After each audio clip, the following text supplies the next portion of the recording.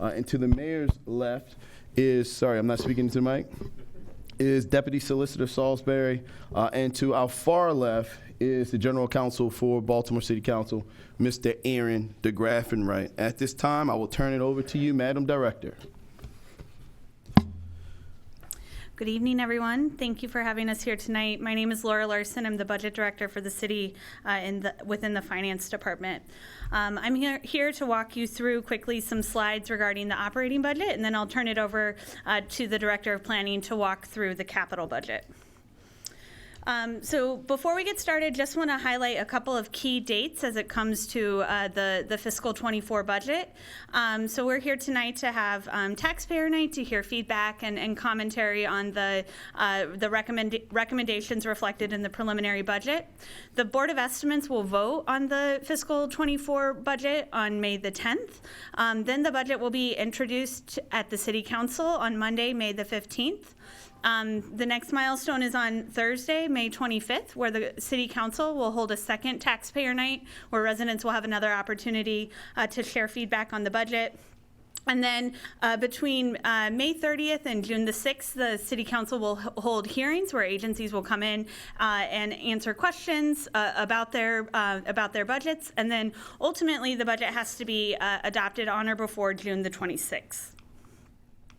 So in terms of highlights, the city's fiscal 24 budget showed that revenues were growing by about 4.6% compared to expenditures growing by 8%. So what that means is that revenue was up by about $95 million and expenditures were up by about $159 million. That gave us a $64 million budget deficit that had to be balanced. The expenditure growth that we're seeing in these numbers is driven primarily by the city's local share for schools, which is established in state law under the state funding formulas. The preliminary budget was balanced through a series of initiatives focused on slowing expenditure growth and then also looking for ways that we could identify savings within agency budgets. In terms of some of those actions, the budget reflects realizing approximately $5 million in savings from vacant positions. This full $5 million will be able to be largely realized within the existing vacancy trends that we're seeing in the city, but will still allow agencies to fill positions and to fill their vacancy positions, but we'll just be realizing savings as those positions turn over. There's $10 million of expenditures across different city agency budgets. This reflects both a combination of reducing items where there's been traditional underspend, but then also refining some estimates where we had made some projections about how much costs would be growing in fiscal 24. We will also be reducing the contributions to the city's rainy day and other post-employment benefit fund. These are funds that the city makes contributions to every year in order to make sure that those funds continue to grow as the city's budget grow. And then finally, there's two revenue changes that are assumed here. The budget assumes that we will realize approximately $1.5 million by beginning to implement the first phase of tax credit reform. And then that we will realize additional revenue through redeploying traffic cameras to different locations in the city that align with public safety outcomes. Those items save approximately $24.6 million. The remaining share of the budget gap was balanced through the one-time use of fund balance from city reserves. Although the budget does reflect a number of initiatives that save money, the budget also reflects a number of initiatives that make investments across the city's budget. The preliminary budget invests an additional $9 million in replacing the city's fleet equipment, so that will make meaningful investments in things like the public works fleet that includes things for trash removal, recycling removal, street cleaning, et cetera. The budget also makes an investment in the office that supports minority and women-owned business. This office will be expanded to a standalone agency with additional staff capacity to make sure that they're connecting minority and women-owned firms with different business opportunities, both with the city and just more broadly in the community.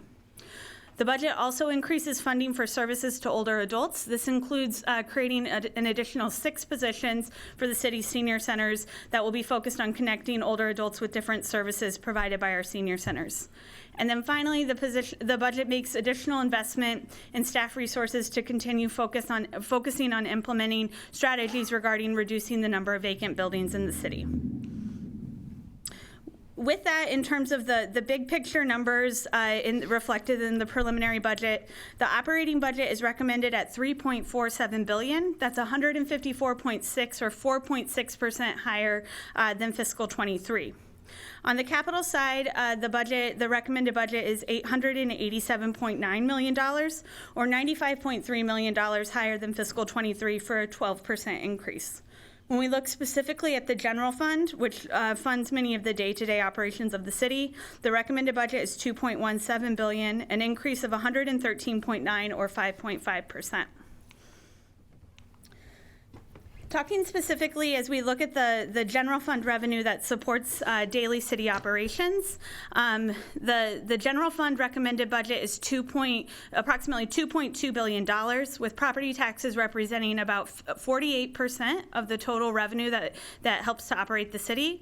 The next largest share of revenue, it comes from the income tax that represents 20% of the budget, followed by highway user revenue that comes from the state.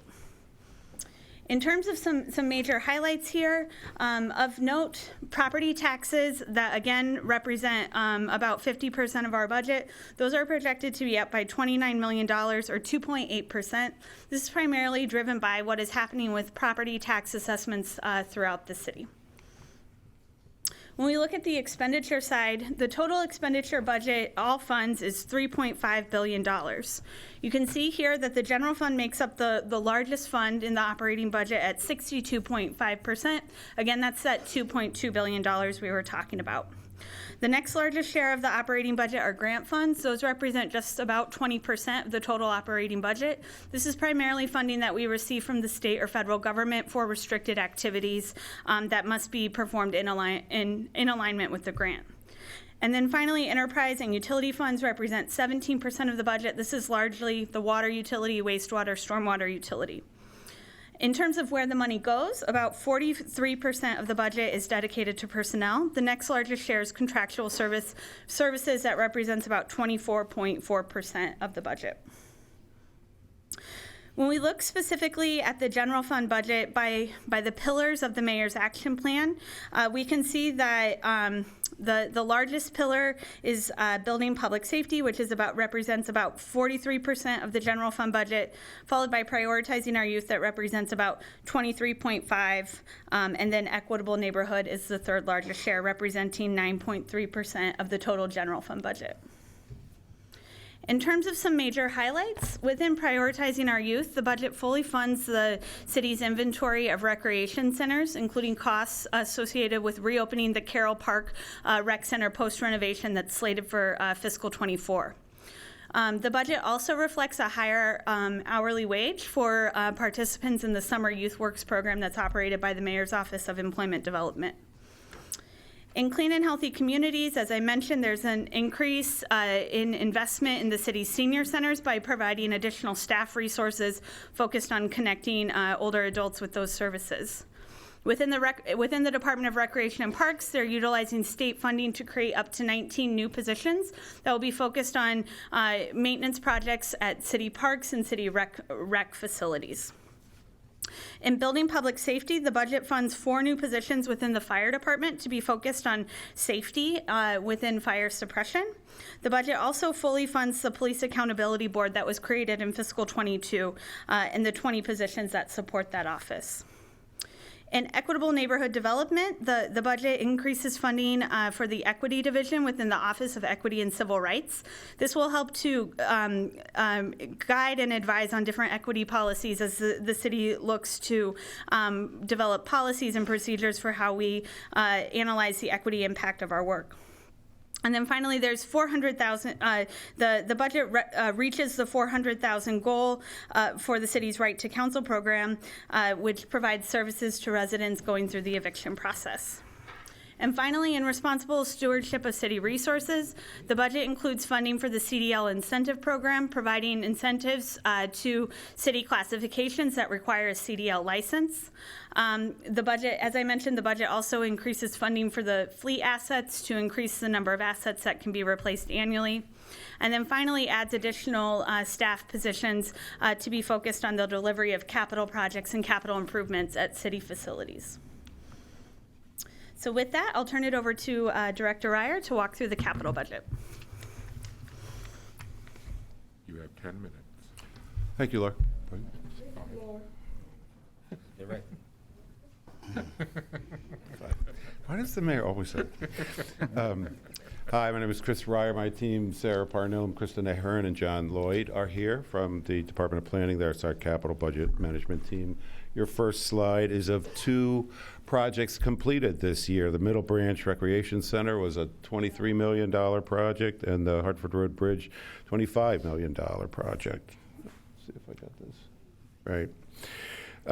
City Charter. Yep.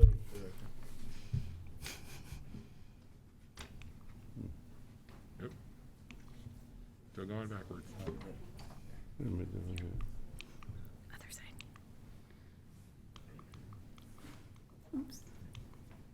Okay. This one. Side. Yeah. Thank you. The city charter requires the Planning Commission to prepare a 6-year program for you every year. The first year is in the city budget. That's what we're talking about tonight. But we also look 5 years ahead, try to predict what our needs will be. But each year, it becomes part of the budget individually.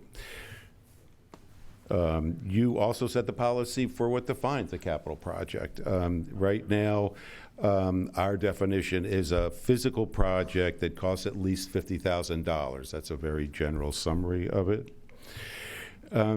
While the operating budget funds the daily business of the city, the capital budget funds the improvements to the physical infrastructure. And here's a whole list of those things in no particular order. For the most part, it's infrastructure that the city owns, but not exclusively. Examples might be home repair grants or demolition that the Housing Community Development Agency does with private property, or business facade grants that the Economic Development Agency does with private property. This is very important for tonight. It shows the entire process of capital budgeting. And what I would like to emphasize is that it really starts in the fall. We work with the finance department to estimate what our capacity will be for the capital budget in the following year. And based on that, we give each agency a target that they have to shoot for. This is what we think we can afford. That's adjusted during the process, but that's where we start. We typically only review projects that the agency has submitted. So for the benefit of the public, they want to be in front of the agency in the summer or the agency fall or in the fall if they want the agency to generate a capital budget item.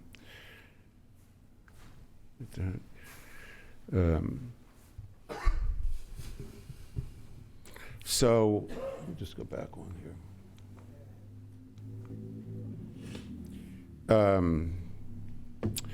The total of the capital budget is made up of a variety of fund sources, but what I want to emphasize here is that most of them are restricted funds. So the general funds and a few others are the only discretionary part of the capital budget. And that means that those dollars are so important because they leverage state and federal money, they fill gaps, they do things that only the city wants to do. There are no other players in that. This is what it looks like this year. It's a total, as the director said, $887 million. However, about 85% of that is restricted. And there are 9 agencies that participate in the capital budget. You're seeing what the recommendations were for this year for each agency. And then finally, I want to show you, this graph shows how it goes up and down over the years and why, what the different components are.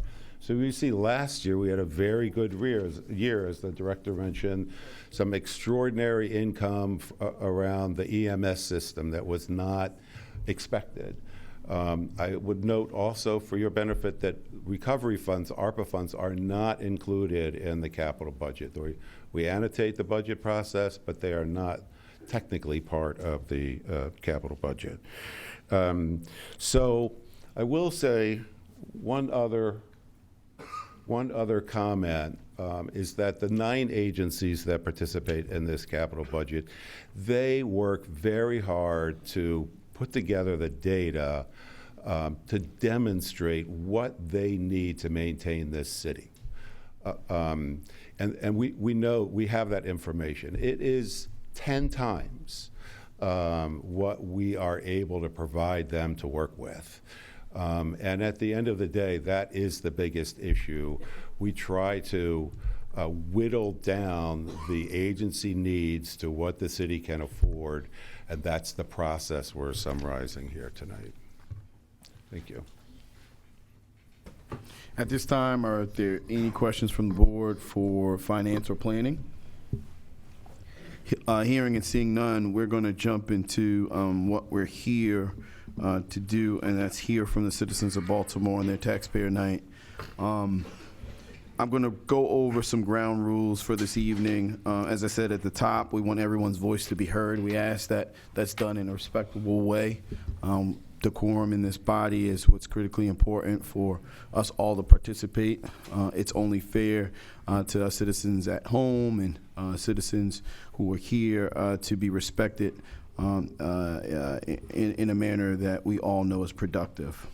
If you have signed up online in advance of this evening's meeting and are testifying virtually, you'll be recognized and then you'll be unmuted and be asked to speak. Whether you're online or you're in person, everyone will be given 2 minutes to speak. For those attending in person, please ensure that you've signed up at the table on the outside, managed by BBMR. We're going to go first come, first serve as you sign up on that list. Again, when it's your turn, I'll recognize you. You have the ability to come up, take the podium. At that time, again, you can remove your mask if you would like and provide testimony directly to the board.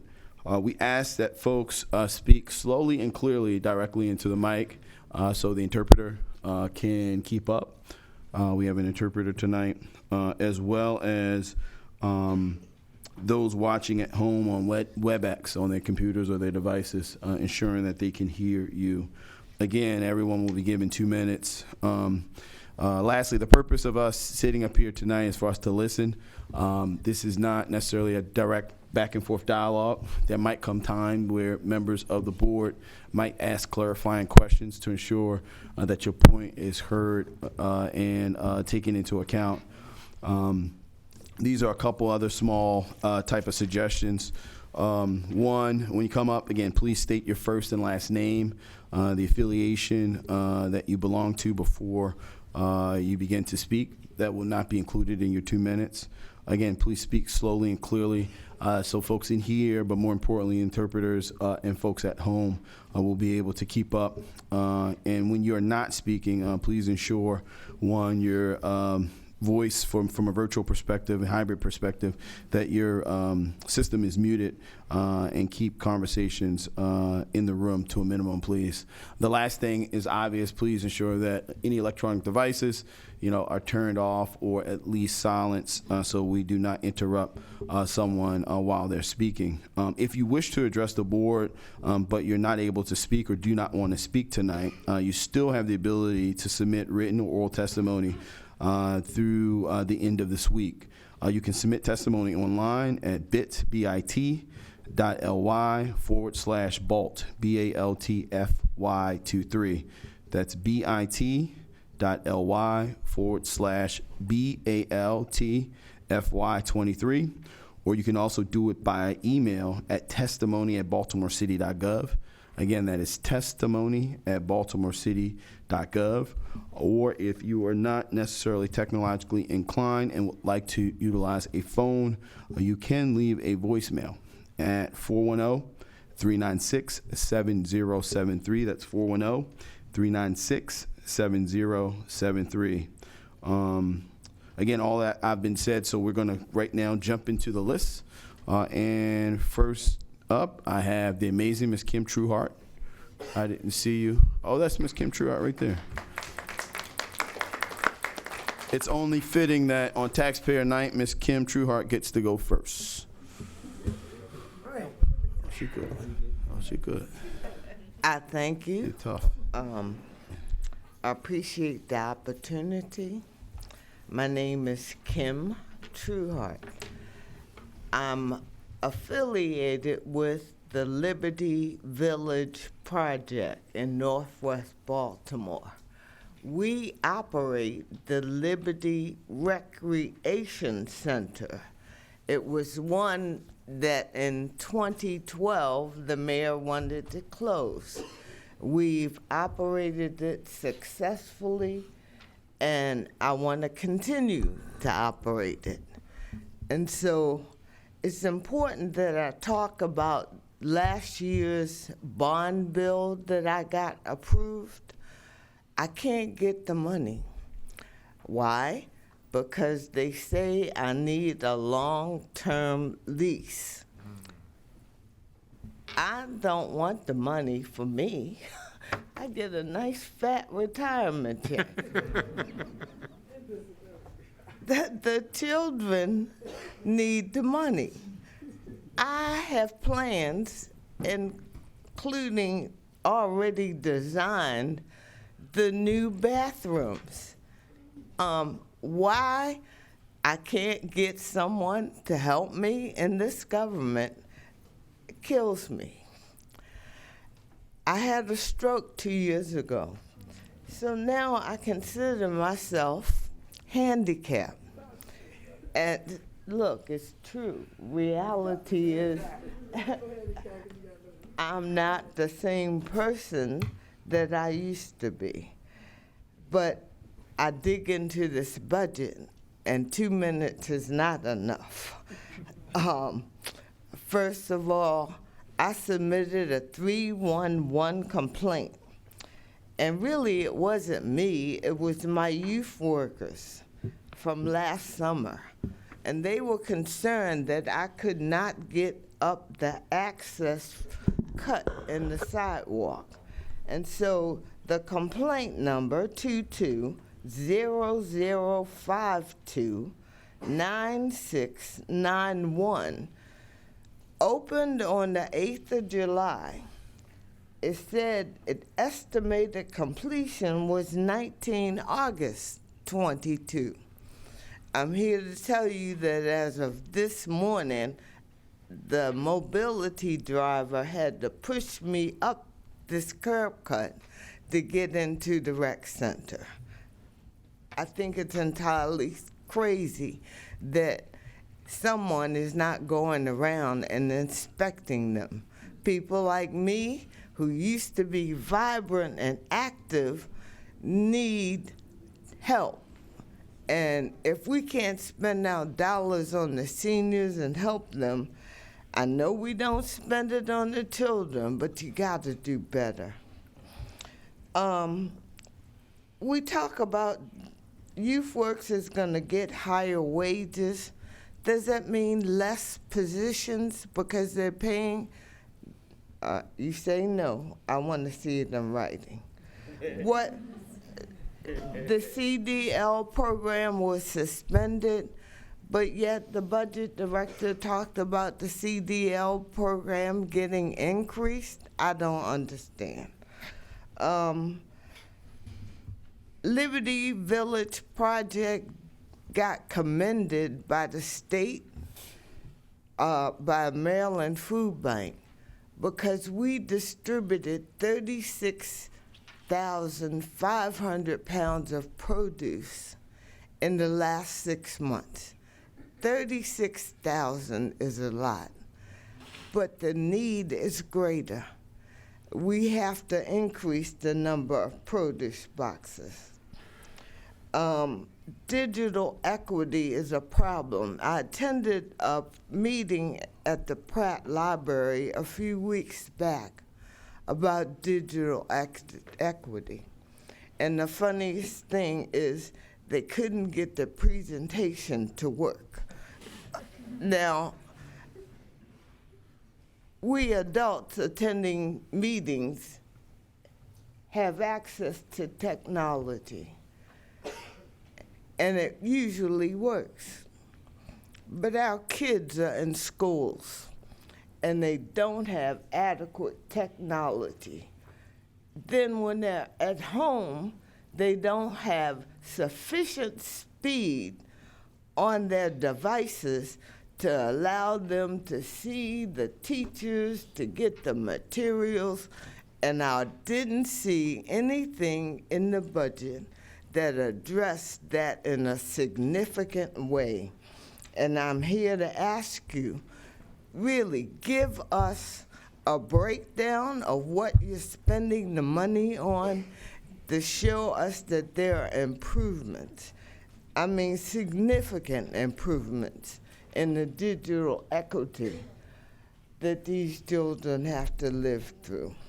And then the last thing is you announced, Mr. Mayor, this week, I think it was, an increase in spending towards the Violence Reduction Initiative, and you said city schools would benefit from that increase.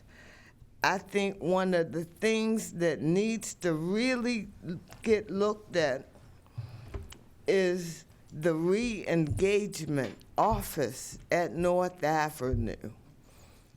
They are the ones that go on the streets, track down the kids that are truant. Truant, that's a word we don't use, but those kids are truants. They're getting killed. We have to stop it. Get them off the streets, get them back into the classrooms. And I don't care what it takes, but you got to stop sending groups of people out on the corners to say, stop the violence. That's not enough. They got to go do something. They got to grab the kid by the collar and take him in the classroom if that's what it takes. Take him home. Take him to the mother. And then if the mother doesn't act, grab her up. Thank you for the opportunity. I feel better coming here, testifying. Our city is in trouble, and I know you can do something about it. The question is, will you? Because I'm hurting, and I don't like this feeling. And I'm going to come back to bugging you, staying on your butts. I saw the commissioner, and I said, I need your help, you know? First of all, give me a hug. Please take care of our children. And I'm a senior that needs help as well. Look out for us. Thank you, Ms. Trueheart. Next, we have Ms. Stephanie Murdoch.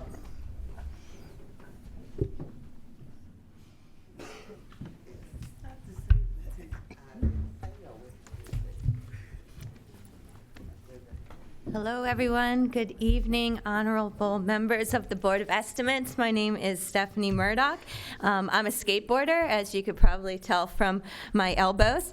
I'm a taxpayer. I'm a citizen of Baltimore, and I'm also the president of the Skate Park of Baltimore, a nonprofit organization dedicated to building public concrete skate parks in the city of Baltimore.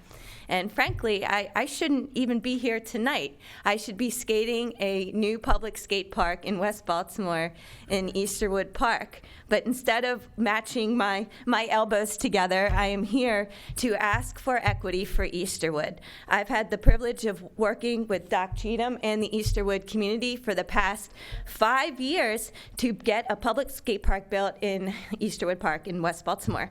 And unfortunately, we were told unexpectedly last year, when the project was supposed to be going out to bid, that there were no plans to move forward with the skate park. For the past few months, almost coming upon a year, we have been looking for answers as to why this project that was fully funded in both the FY20 and the FY22 CIP budget that was specifically earmarked to develop not only a small skate park but also a new basketball court and walking trails, is no longer moving forward, and the new plan, from what I hear, is to use those funds for overall improvements. So we want answers for our youth. This project was shovel-ready, and it should be followed through on. There's over $1 million just sitting in the budget waiting for something to happen at Easterwood Park. And that something we believe should be the skate park and overall improvements. I've put together a package of some supplemental information for you guys, but this is a project that has gone through this process 2 budget cycles in a row. And if there's not enough money to build both the skate park and do overall improvements, then why is there no money in the FY24 budget to make that happen? We're talking about a $500,000 skate park feature that can serve hundreds of children, even thousands of children throughout the city of Baltimore, in a part of Baltimore that desperately needs these recreational amenities. So I am very pleased to be here tonight. Mr. Mayor, we look forward to meeting with you to discuss, and hopefully next time I come back, I will have even more scabs to show you. Thank you so much, Stephanie. Next up, Glennis Skinner, Real Care Network.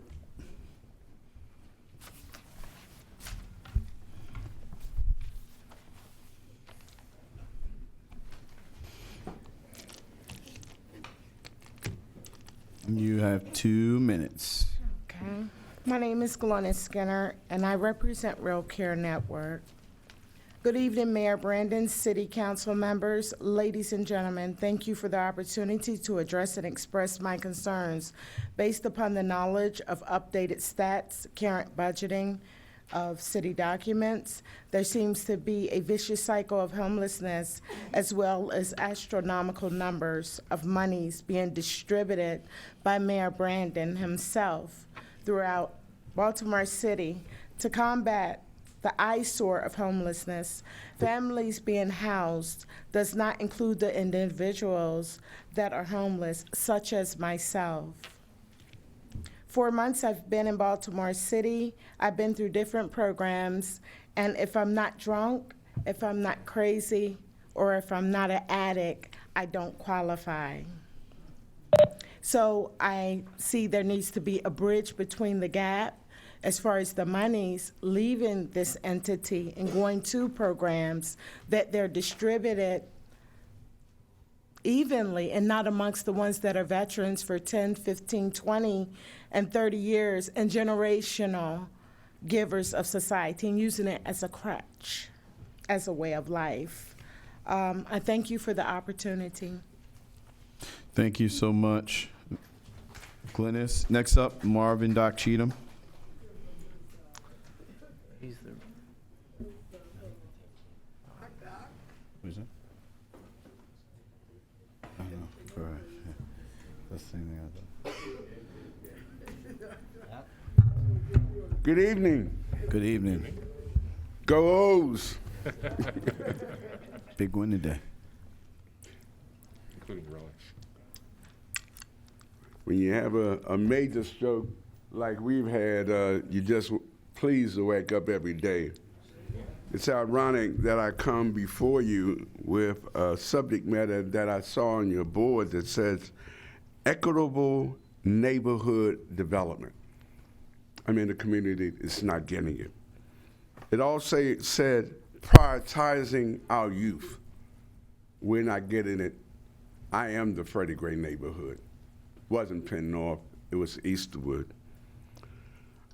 Honorable members of the Board of Estimates, distinguished members here in Baltimore City. On September 30th, 2020, the Baltimore City Department of Planning accepted the economic growth and quality of life initiatives of the Matthew Henson Neighborhood Association Vision Plan Project 3406. On that very day, I had given up. I was ready to go make my maker. But when I received this document that included, after 3 years, my community put together a vision plan, one of the things that was in that vision plan was a skateboard park, number 9. On page 32 of that 48-page document, it clearly reflects number 10 items that were prioritized in writing and approved by the city for the Matthew Henson development. Number 9 was listed as a skateboard. Let me reiterate, a skateboard. There's a document, and I've given all of you a copy of this, of my presentation, which includes 2 links. One of those links is actually a City of Baltimore document. It's stated 2020-09-30. That is the date. Matthew Henson Easterwood Vision Plan. This materially and equivocally contradicts the lie, and I hate to use such a strong word, but the lie being told by Maryland 40th Legislative District Antonio Hayes. And I don't normally use language that strong, but when we have a material document that actually indicates that an approval was made and it's included in that document that this community approved of a skateboard, how dare a senator say that we don't want a skateboard? It's documented. Seemingly Recreation and Parks Director Reginald Moore is also lying if he concurs with the senator's misstatement. What is worse yet is that Senator Hayes uttered another lie that was captured by a local newspaper reporter stating that we, the community, were not able to acquire 10 signatures of residents in a 2-block radius from the park that desired a skateboard park. Shakespeare once said, "Oh, what a tangle we weave when we first practice to deceive." In other words, lie. When we heard of this second lying utterance, we gathered up 250 signatures, Mr. Mayor. 250 signatures in 5 days of people that live within 2 days, that live within 2 blocks of the Recreation Center, Easterwood. Within 5 days, even 15 students from Carver, directly across the street from the park, signed because they are skateboarders. I will close with this. When we attempted to have Stephanie Murdoch hand the Senator Antonio Hayes, the green folder that you will see in the other link that I've given you, a picture taken by Baltimore Brew, that we were handing him the 250 signatures. You will see very clearly that this senator even refused to receive the document that we were giving him. I put that link in this report also. As I close, the funds have been approved twice by this distinguished Board of Estimates. A lie is, quote, shooting, as they quoted the senator, the project. We're begging you. We're begging you. Our children can do far better if they have other recreational facilities. It took us 5 years working with Stephanie to bring forth a skateboard park. I was ready to give up my life because I had given up. My children are telling me, "Doc, don't give up." I have the largest, cleanest, safest pocket park in Baltimore City. And I would love to have the first black, predominantly skateboard park in the state of Maryland for black children and white children. Thank you. I hope I didn't take too much time. Thank you, Mr. Cheatham. Next up, we have Minister Christina Flowers. Yeah. The mayor's giving me permission to record you if you would like me to take your phone live. No, this is only for Minister Flowers. Don't take none of my minutes. She gets more BOE hearings my than minutes. the all news stations combined. Good. Good evening. I love you guys. That's the biggest issue for me. I'm gonna keep it as brief as possible because I'm grateful that the biggest thing about this budget and hearing from everyone is we gotta prioritize it and focus when it comes to our homeless community. I mean, I know it's a lot of opportunities in this city where we can get them off the streets, but since I have a great meeting with your administrators, Mayor, from Madam Fave to Commissioner Harrison, I believe within these meetings we can make something amazing happen to get our homeless individuals off the streets. I know we are very welcoming to other ethnic groups and people, welcome, no discrimination, Mexican, everybody, but we gotta be mindful that these individuals have not endured some of the encampments and under our bridges, and we gotta be fair. I appreciate the housing of families, I appreciate the housing of households, but when we talk about our chronically homeless individuals, the ones on the streets, I specialize in it. I'm from Hickey. I know what they need. That's why I can live under a bridge with them, Brandon.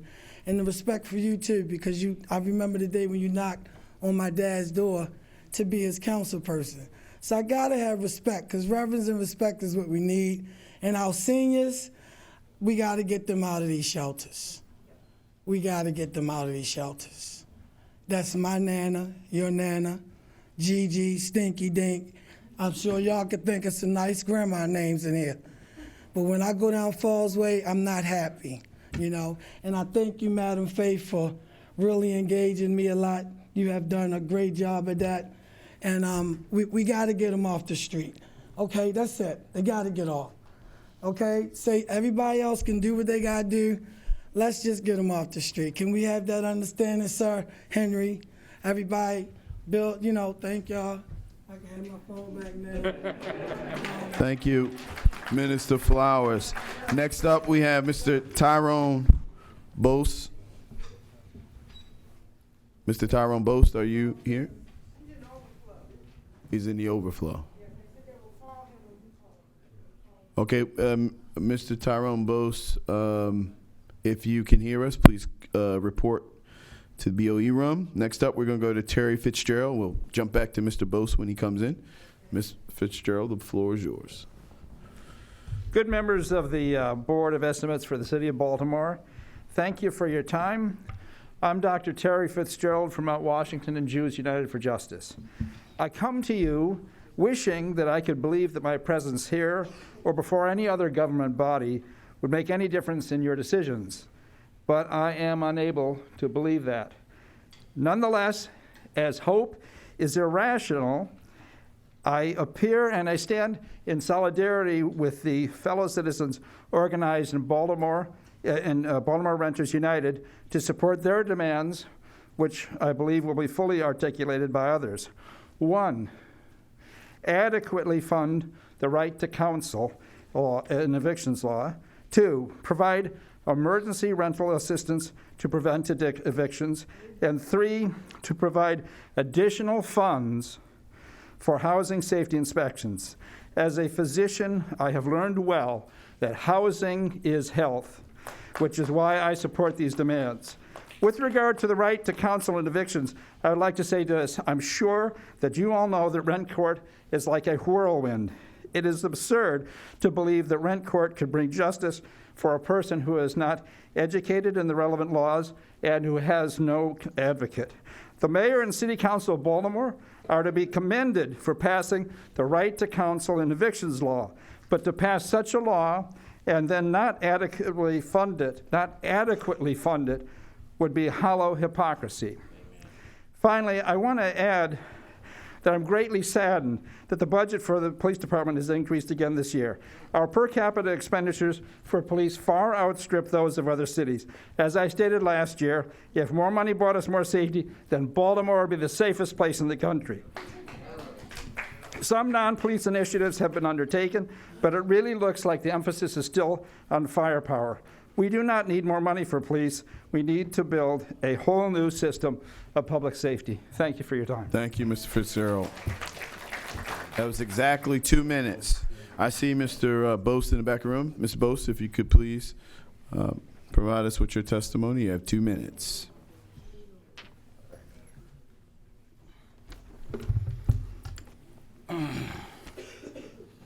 Good evening, Mayor, President, City Council, and distinguished board. Okay, basically, I'm speaking as a member of the Homes Organization, Home Ownership Opportunity Administrator for Economic Success.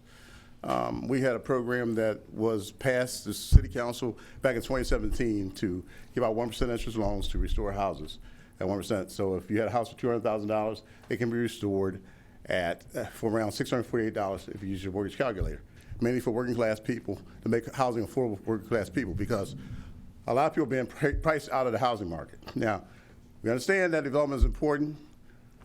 We understand we have donors that we have to look out for once we get in office. But at the same time, it has to be balanced. There has to be some equity with regular working class people making $69,000 or less who go to work every day.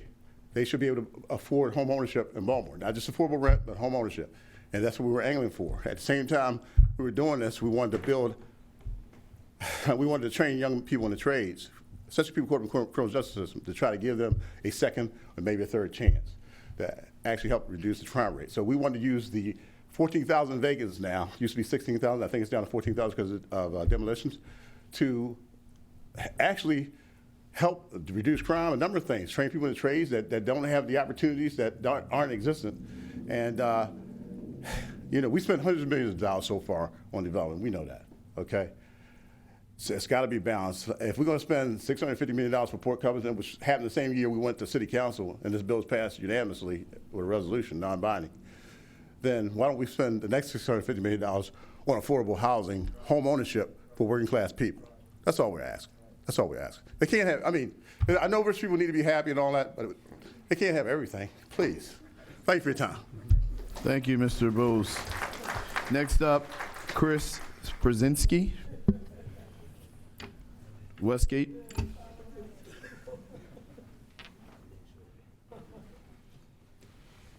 Shorty on deck.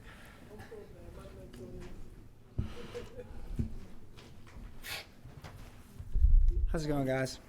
My name is Chris Brzezinski, and I'm here today to advocate for the Forest Preschool at the Carrie Murray Nature Center, a program run by Baltimore City Recreation and Parks.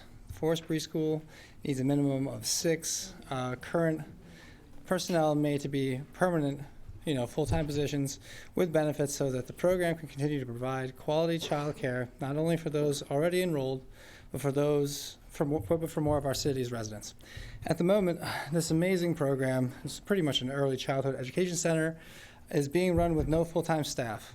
All are part-time contracted workers by the city. The director of Forest Preschool, Monica French, recently announced that they will need to close an hour earlier for the next school year due to a lack of funding and ability to retain staff. I'm here to ask you for more and better resources to be located to this already successful program, so that the people who make this program thrive can earn a livable wage. It just seems like the respectable and decent thing to do. My partner Dana and I are homeowners in the Westgate neighborhood, Southwest Baltimore, District 8, and have enjoyed life in Baltimore since 2016. Our son Eustace has been attending the Forest Preschool and will enter his 3rd year this coming fall. Parenting is challenging for us all. We all need to work. We all need to make money. But we also need to be creative in how we solve problems. And for my family personally, the Forest Preschool has been an integral part of our solution. It's a great asset in our corner of Baltimore. People from all over the city and neighboring counties want to be part of this program and community because it provides such exemplary care and education to our children. Our teachers have transported Leakin Park into a giant playground where students cultivate and foster a connection with nature that will last a lifetime. Again, this would not be possible without the people that are literally the heart of this program, pumping their enthusiasm and passion into the next generation. To conclude, I wonder why this early childhood education center is not being properly funded. I mean, I hear a lot of things that there's a lot of, things that need funding. And, this is the one thing that I really could advocate upon. But we are really proud to be and grateful to be part of the Forest Preschool. And I honestly love telling people about it because, it's very unique. Please start to wrap up. I'm getting there. All right. And so basically, there's hundreds of people and hundreds of families waiting on a wait list to get into this school. Not valuing our teachers and child care providers is not acceptable. The solution is clear. Trying to make some permanent staff for some people that can work there year-round for stable hours and create more hours for people to accommodate more cities, children, and residents. Please begin and close out. All right, that's it. Thanks a lot. Thank you so much. Next up, we have Shorty.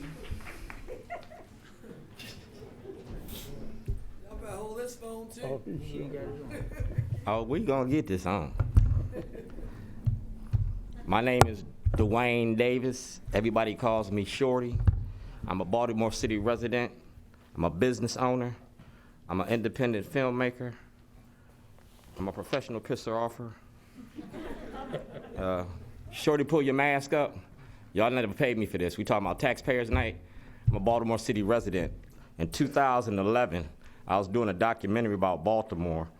The money y'all did the movie The Wire. Y'all did all this House of Cards. So I was doing a documentary about Baltimore and the money you make off the prison industry. N62528. You can Google it.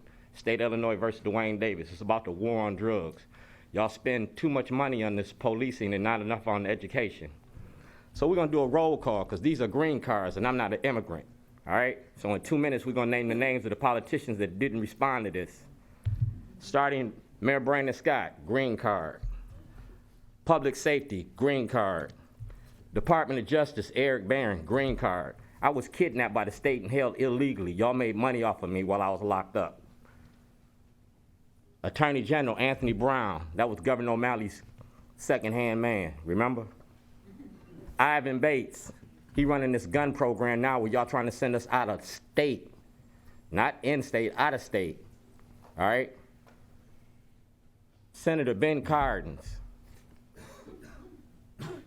Governor Wes Moore, President Biden, all right? Delegate Sheila Roof, Governor Hogan, Chief Mary Barbera, all right?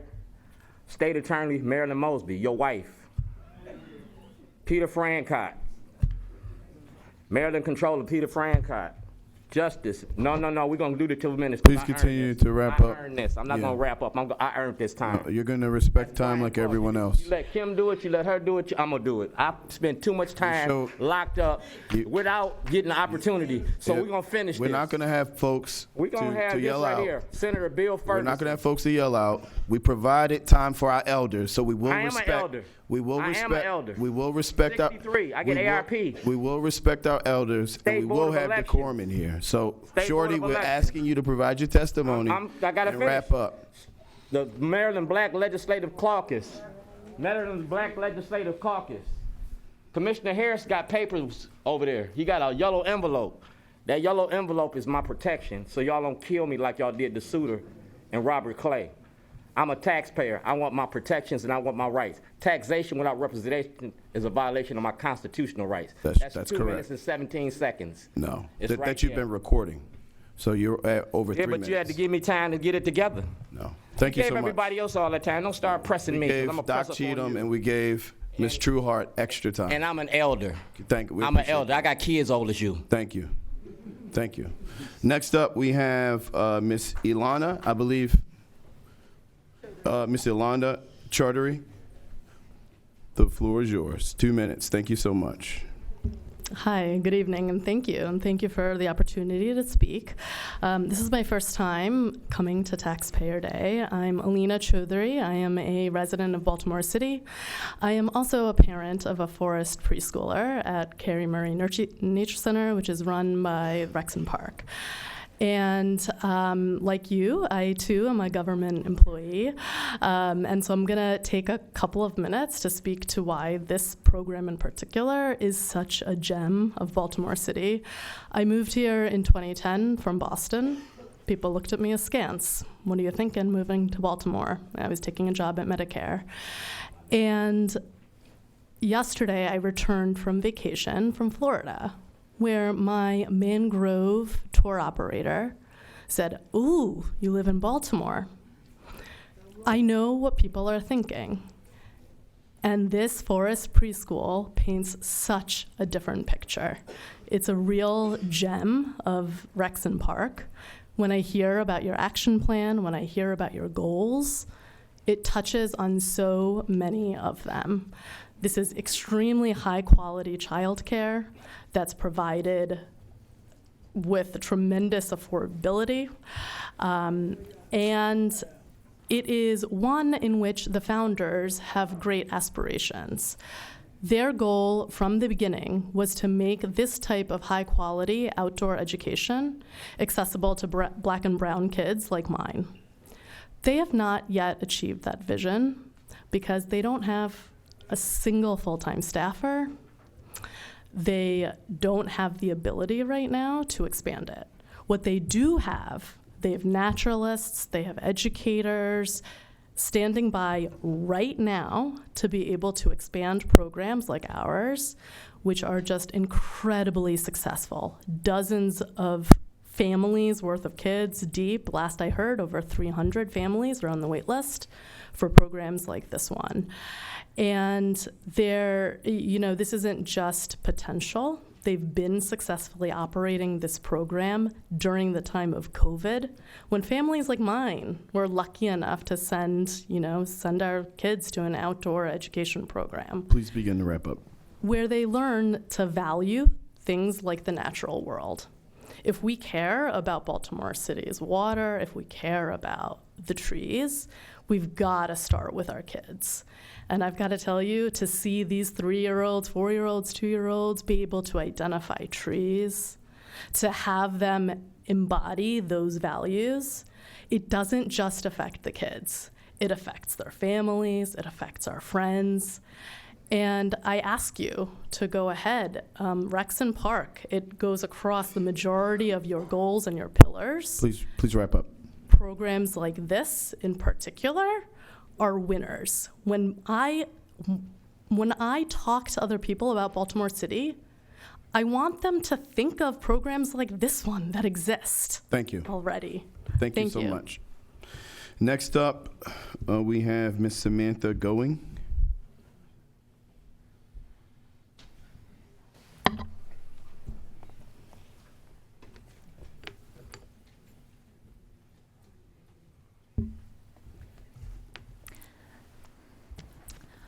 Honorable members of the Board of Estimates, my name is Samantha Gowing. I am a tenant in the 12th District in Baltimore City. I am also an attorney with the Public Justice Center, and I represent tenants when they're facing eviction.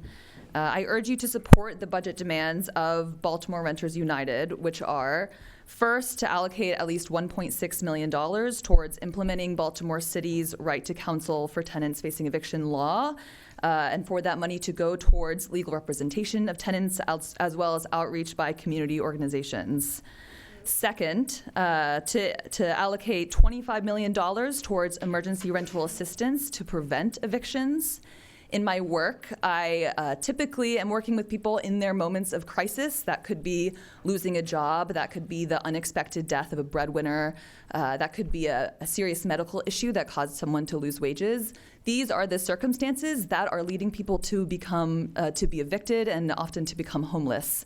And emergency rental assistance is a critical resource to prevent that, but the money right now is nearly depleted. It is rapidly running out, and $25 million could go towards keeping nearly 8,000 families in Baltimore City in their homes.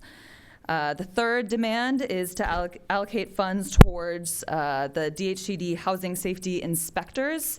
The housing safety inspectors are essentially the first responders for tenants who are dealing with horrible conditions in their housing that are threatening their life, health, and safety, but they need sufficient funds in order to provide that service for the people of Baltimore City. These demands may require a radical reimagining of the budget, but the city's speculative real estate market continues to generate record-setting revenue for the city, with property taxes up $29 million and transport and recordation taxes up by 7.6%. Yet, instead of investing additional funds into the safe, fair, and affordable housing for what is disproportionately the Black population who is at risk of eviction, the city instead plans to give away $39 million in tax subsidies to developers at market rate rental housing in the predominantly white L. At the same time, rent inflation is at 19%. I'm almost done. But the people of Baltimore deserve a budget that invests in the people who are already here, the people who already make Baltimore what it is, and keeping them in safe and affordable communities. Thank you. Thank you so much. Next up, we have Ms. Rita Cruz. Bless you, bless you.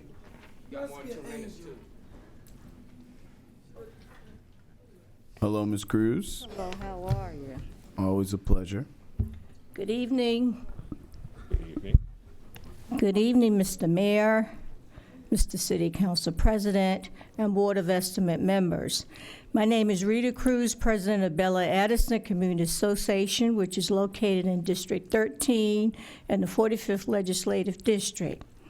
I'm here to ask you to allocate additional funding for the Expedited Reimbursement Program, ERP, and the Sewage On-Site Support Program so they can be expanded and support needed by residents in Bella Addison and Cherry Hill facing the crisis of raw sewage backing up into their homes. According to the 311 calls, Bella Addison and Cherry Hill have the highest percentage of sewage backups in Baltimore. This is very personal to me because I had this problem 3 years ago in my basement, but thank God I was able to get immediate help because I used some of my retirement funds. It cost me $9,000 to repair the damage to my basement, get new pipes, and clean up the mess before bacteria, mold, mildew, and the smell made me sick. Many residents don't have that pleasure. They can't put the money up front. Well, wait for the reimbursements at the end. They need their money for food, child care, health care needs, and so forth. So if you allocate this additional money, you will truly be helping residents in the city of Baltimore. Also, this money will help expand the SOS and ER to cover dry weather backups. Also, you can remove that $5,000 cap on reimbursement and provide reimbursement for both property loss and cleanup cost. Also, you can improve the advertisements of both programs so that people will be aware of it. Many people don't even know that the programs exist. For example, in Bella Addison, we went door to door, we made telephone calls, also word of mouth to make certain that our residents knew about this. So, thank you for your time. Please provide additional resources to ERP and SOS programs to relieve residents of this financial burden and the stinky mess. Thank you, Ms. Cruz. Next up, Lisa Greenhouse.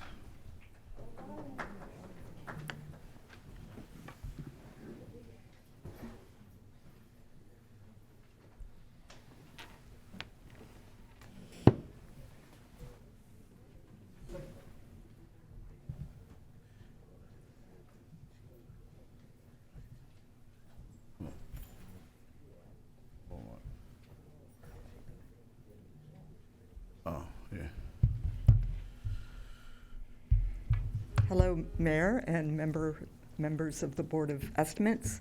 My name is Lisa Greenhouse, and I am a taxpayer in Baltimore City, a librarian at the Enoch Pratt Free Library, and a member of Pratt Workers United, the newly formed union at the Pratt Library. If the cuts to the Pratt Library proposed in the preliminary budget estimate are enacted, it will hurt the ability of Pratt workers to continue to provide the stellar and essential services to Baltimore residents that we are known for. And really quickly, I'm just going to read part of an email that Pratt staff received yesterday from our Director of Security and Safety, Pablo Diaz.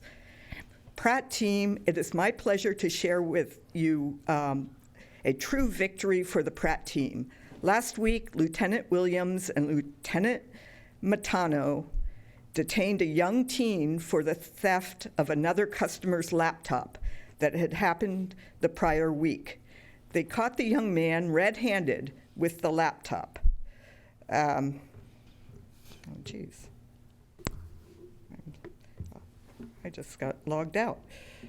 Well, I'll just sum it up. They caught the young man with the laptop, and rather than turning him into the authorities, they asked him to apologize to the customer that he had stolen the laptop from. And then they took him to the teen department at Pratt and introduced him to the teen librarian, who showed him that he could actually use a laptop that the Pratt Library would provide to him, that he could actually check out. And she introduced him to all the other wonderful services in the teen department, and he was just blown away. And so that, that happened a couple days ago, but that kind of thing happens all the time at the Pratt Library.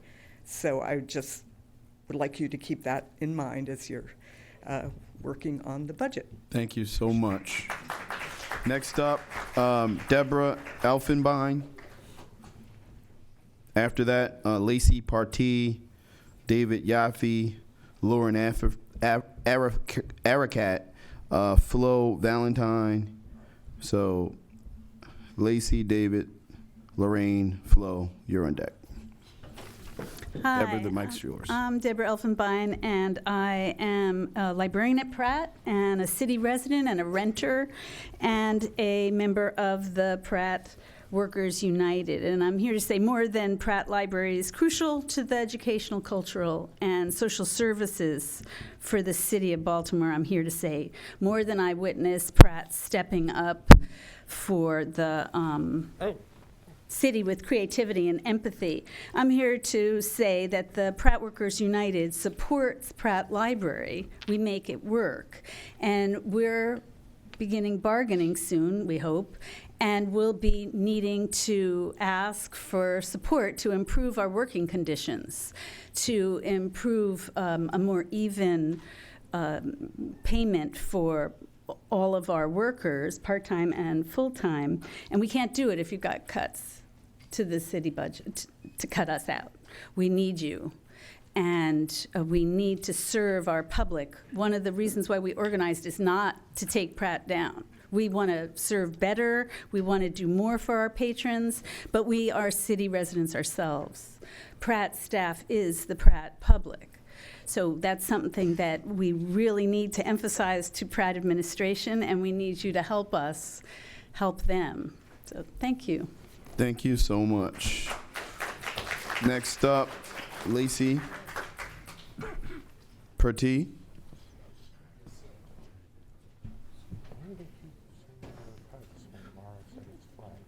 I don't know. You can say that if you want to. The same thing you said about his cuts. I say it now? You should say it. Real quick, Mr. Partee, Mr. Mayor is going to address something. Just for the folks from the Pratt, and I know that there was a notice sent out by the Heidi this afternoon. We have already worked with the Pratt administration to mitigate any financial impact to services at the Pratt. So I want everyone to know that there was an email sent out already today. Mr. Partee, the floor is yours. 2 minutes. My name is Lacey Partee, and I'd like to say good evening to the Honorable Mayor and the Board of Estimates. My name is Lacey Partee, and I'm the lead organizer for Communities United in the Power Project.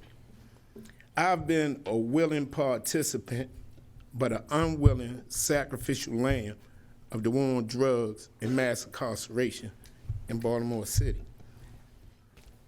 I've been a part of the carnage from my hands and things that I've done, but I've also been a part of the carnage of the war from the police on the black men in Baltimore City. I just want everybody to know right now I'm home. And there's a lot of us that got voices in the city that want to be heard. Communities United is getting ready to make noise about refunding the budget for the police. And I see right here I was given this, it says community engagement in the budget. But we looking for real active working people. We want an oversight committee on the budget. And we also would like to have 10% of all of the money that's being allocated to the police, which is kind of ridiculous. If anybody know, like the brother said, the police budget for Baltimore City is very huge, which means that that's the biggest budget on the planet for policemen. Think about what I'm saying. For the population that we have, if it's not the biggest, it's one of the biggest on the planet.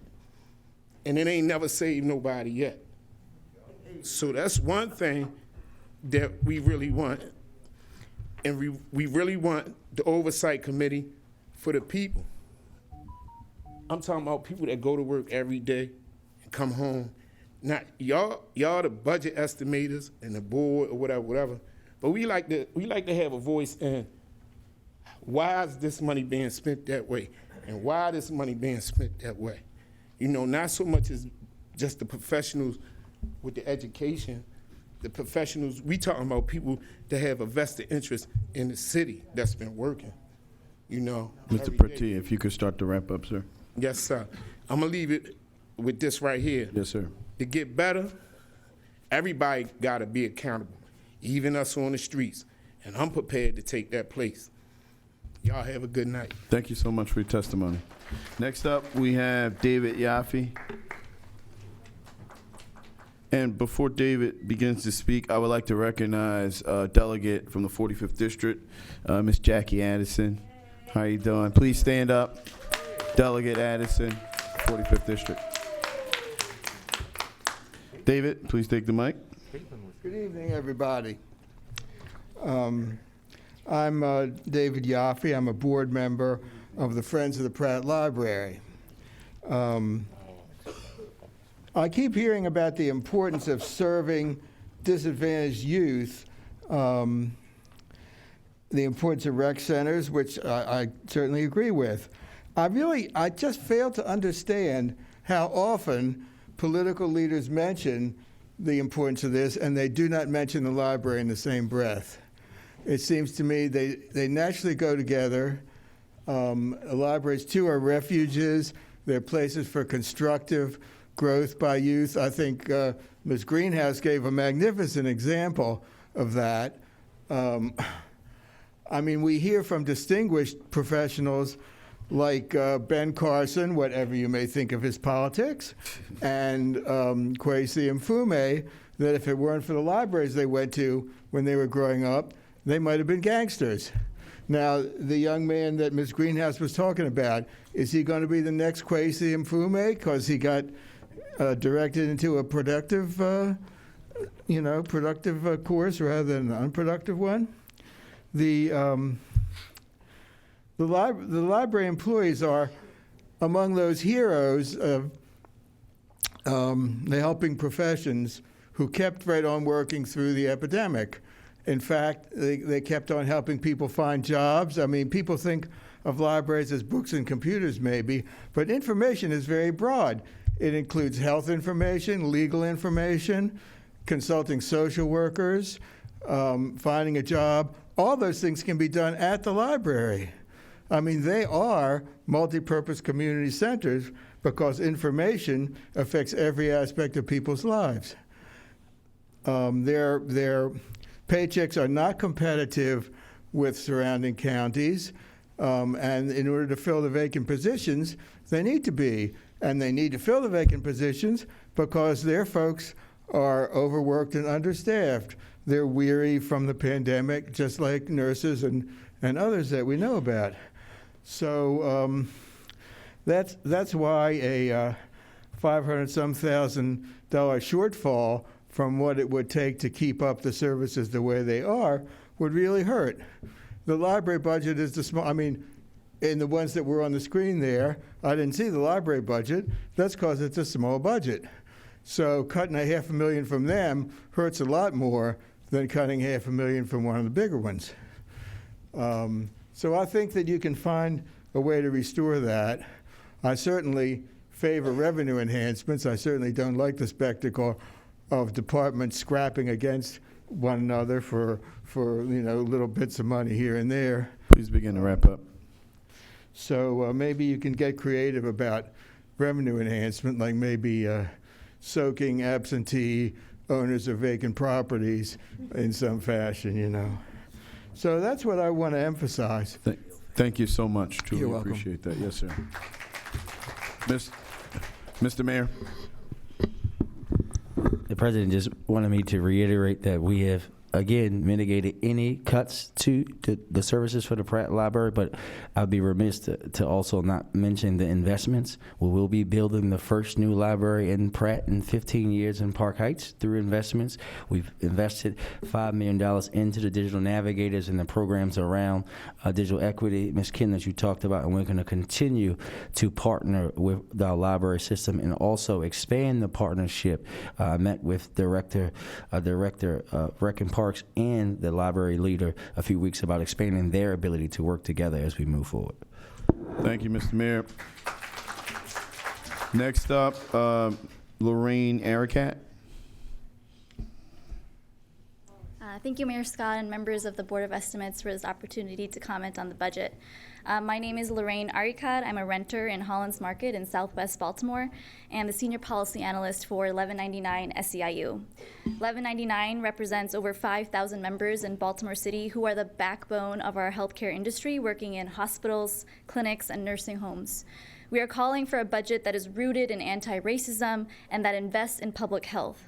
Healthcare workers who are overworked, understaffed, and underpaid are caring for patients impacted directly by the flaws of a city that fails to meet basic needs. 1199 SEIU believes that the budget, a moral document, must support low-income workers in their right to good jobs, affordable housing, and accessible transit. Baltimore's homeowners and renters are bearing the burden that is shifted onto them as not-for-profit institutions are exempted from property taxes. Wealthy nonprofit anchor institutions in the city are foregoing nearly $120 million in property taxes annually while paying a mere 5% through a pilot agreement that goes into the city's general funds. With property taxes as a major source of revenue, imagine what we could do if these institutions paid their fair share. The city could invest in its neighborhoods, in its parks, libraries, waste infrastructure, and other services that promote public health. Our members who work at one of the city's biggest tax-exempt employer, Johns Hopkins, deserve free childcare and free transit, not armed private police strolling through their neighborhoods. This year, the police department and the sheriff's budget have increased by $5 million and $3.5 million, respectively. Additionally, the city plans to give away $39 million in tax subsidies to developers of market-rate rental housing located primarily in the White L, while the majority of our union members, who are women of color, return home to disinvested neighborhoods, struggling to pay rent and fighting slumlords. Rather than investing in the same failed pattern of increased police spending and subsidizing wealthy developers, let's make critical investments in community needs such as affordable and safe housing. I want to echo the demands of Baltimore Renters United and urge you to make amendments to the budget that will have adequate funding to city's right to counsel, emergency rental assistance, and DHCD housing inspections. Let's make a budget that's for the people. Thank you so much. Thank you. I'm sorry. Ms. Arakat, if you could, the comptroller would like to ask a question. I'm sorry, it's just a couple people now have used that particular term of adequately fund the right to counsel. Is there a dollar figure that goes along with that term? 500,000? Please come. Yeah. Is it 1.6? We're giving them 5, and they're asking for 1.6. They want 1.1. Okay, all right, that's, Let her say it on mic. okay, sure. I would be happy to provide the Board of Estimates a written. You can bring Tosha. Do you have only one copy? I have 2. All right, we'll copy it and send it out. Yeah. Okay, but it's at least 1.6 million is what we're asking for in fiscal year 24. Okay, and we've committed 5. We've committed 500, and so is it an additional 1.1? Yes, my understanding, I think there's a lack of clarity around what the 400 or 500 is going towards, and if it's going towards DHCD positions or if it's going towards legal representation in community groups. So we would appreciate clarity on that point. Okay. But the 1.6 million we're asking for is towards legal representation and outreach by community groups. Okay, thank you very much. Thank you. Next up, Flo Valentine.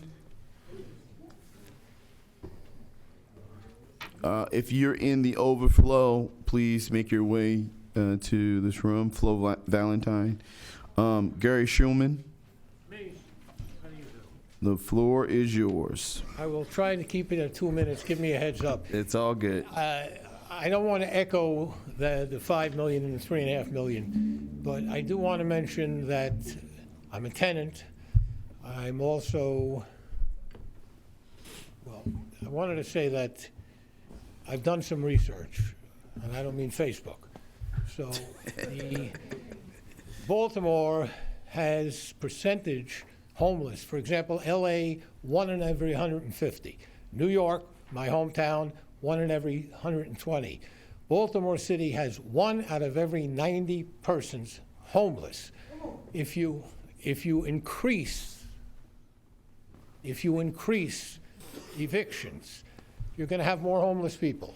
They're going to die in the streets. They're going to get disease, die of violent crime, and others will turn to crime. We have to do something to stop this. The evictions are coming from, forgive me, a predatory industry. Real estate is a predatory industry. Even the arrogance, if you think, anybody call an office, a real estate office, a management office, what do you hear? If this is a life-threatening emergency, hang up and call the arrogance. I've never been in a restaurant where a woman stood up and say, my husband's having a heart attack. Is there a real estate agent in the house? It's ridiculous. They are so arrogant, and it's manipulative because it makes people believe they are more important than they are. Now, let's move to the eviction thing, okay? You cannot, in a city that's so violent, say, don't spend more money on police because it never works. However, I have a few ideas, if I may. Specifics. 1, God bless the police. Take them out of the limousine-tinted vehicles. Pound the pavement. Be what we used to call a flat foot. Get flat feet instead of hemorrhoids. Walk the neighborhood. Let people put a face to the badge. Make the police human again. And we won't have such an attitude of defund the police. We won't look at the cop and say he's a cop. We'll look at him and say, Bob, Sue. That's first of all. Second of all, light a light. In the 1960s, New York City's light a light. In the mid-70s, 73, I think, the energy crisis, they shut the lights. Now, with solar panel street lights and light-emitting diodes, you'd have no carbon footprint. It would be free. Make the city brighter. In addition to that, I have friends, I'm in the restaurant business, I have friends, Broadway and Thames, Friday, Saturday night, an entire shift, 8, 10, 12, Baltimore City Police Department, hanging out like a minion, dressed like mutant teenage ninja turtles, protecting the rights of bar owners to sell drinks to many underage people. Let them hire private guards. Please begin to wrap up. All right. Here's another thing. The Baltimore County Sheriff's deputies, I believe there are 73 deputies, 2 lieutenants, 6 sergeants. Let them patrol the streets. Let them preserve, protect, and defend life, as opposed to hang rents and hang yellow notices and throw people out into the street who will either turn to crime. Plus, if you let them stay in their homes, they may become productive again. These are not doctors and hotshot attorneys. They're store managers, they're cashiers. Their hours have been cut. They are still suffering from the pandemic. Whether Biden and everyone else says it's gone, there are remnants still. Thank you, Mr. Schumer. My point is, Please there are wrap up. ways to make the city safe without adding the $5 million, and give that to keep people from dying in the street. Thank you so much. Truly appreciate it. The mayor would like to speak. Just quickly, for the folks from Renters United, I know that your request for rental assistance is $25 million, but I just want to, for folks who may not have heard, that I announced the initial $5 million for rental assistance in Baltimore last week. So just wanted to point that out. Next up, we have Rachel Franklin. After Rachel, we have Rachel Cutler, Antoine Hudnell, and Sharonda Huffman. So right now we have Rachel Franklin. The floor is yours.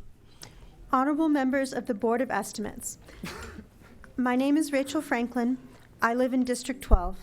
I love the laid-back and welcoming attitude in Baltimore, and I am grateful for the chance to live in a truly community-oriented city. But the city budget does not fully reflect the best of Baltimore that I have seen when we care for our neighbors and step up when they need us. I volunteer with multiple community organizations in Mount Vernon and beyond, which has given me the chance to meet amazing people. Many of my friends live in poverty and deal with rental safety issues, food insecurity, and a lack of job opportunities.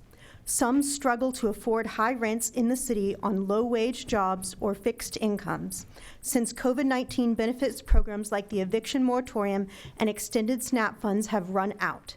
Their landlords don't feel obligated to fix unsafe conditions, including leaky plumbing, holes in the ceiling, and broken doors. I want to echo the demand of Baltimore Renters United and urge you to support the following amendments to the budget. Allocate at least $1.6 million for implementation of the city's right to counsel in evictions law. Allocate $25 million for emergency rental assistance to prevent evictions. Allocate additional funds for DHCD housing safety inspections. This year, the police department and sheriff's budget have increased by $8.5 million altogether, and the city plans to give away $39 million in tax subsidies to developers of market rate rental housing located primarily in the White L. Rather than investing in the same failed pattern of increased police spending and subsidizing wealthy developers, let's make critical investment in community needs such as affordable and safe housing. The budget should be a document that reflects the care that we have for the people and communities most struggling in the city. Thank you. Thank you so much. Next up, Rachel Cutler. Good evening, honorable members of the Board of Estimates. My name is Rachel Cutler. I am the senior Baltimore organizer with Jews United for Justice, and I live in District 3. Jews United for Justice organizes more than 1,600 people in Baltimore City to support local, social, racial, and economic justice issues. Jewish tradition demands choose life so that you may live.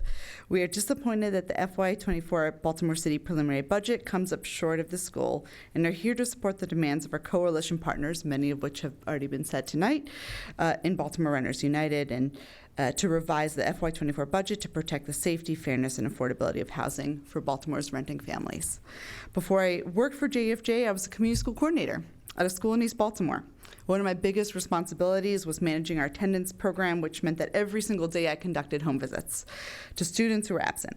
I went out looking for students and oftentimes found that they no longer lived at the addresses I saw them at last. I worked with students and their families who were doubled up with family members, recently evicted and living in hotels, staying in homeless shelters, displaced due to burst pipes and mold.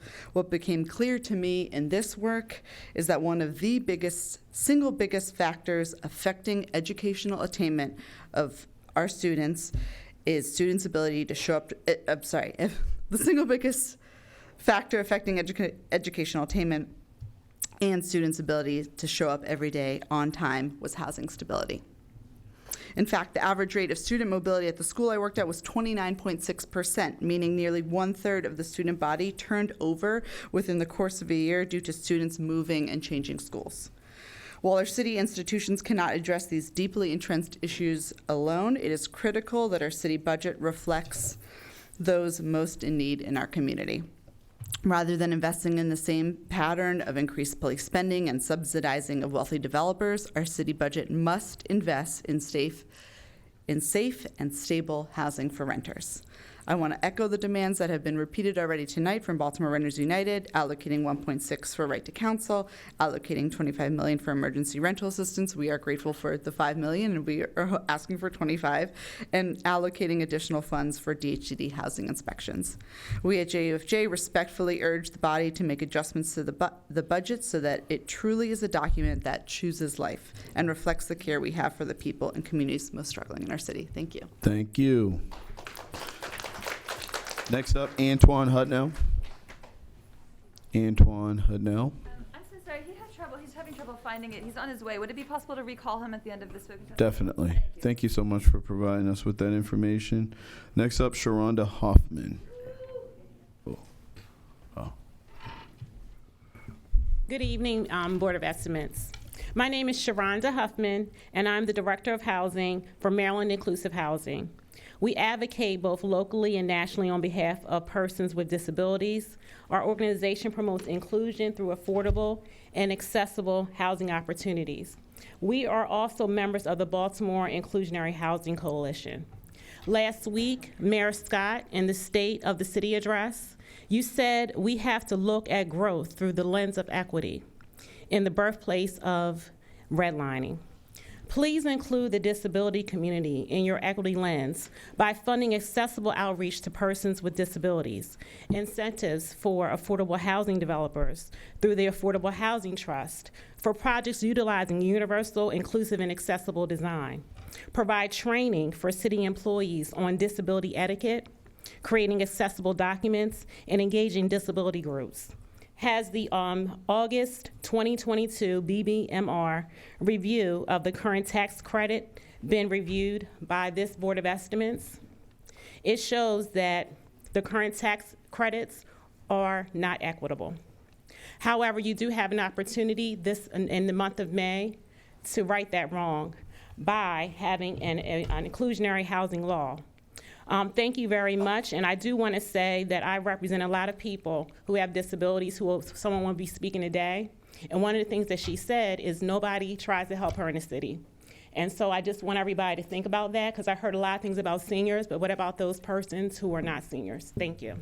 Thank you so much. Next up, Diane Blevins.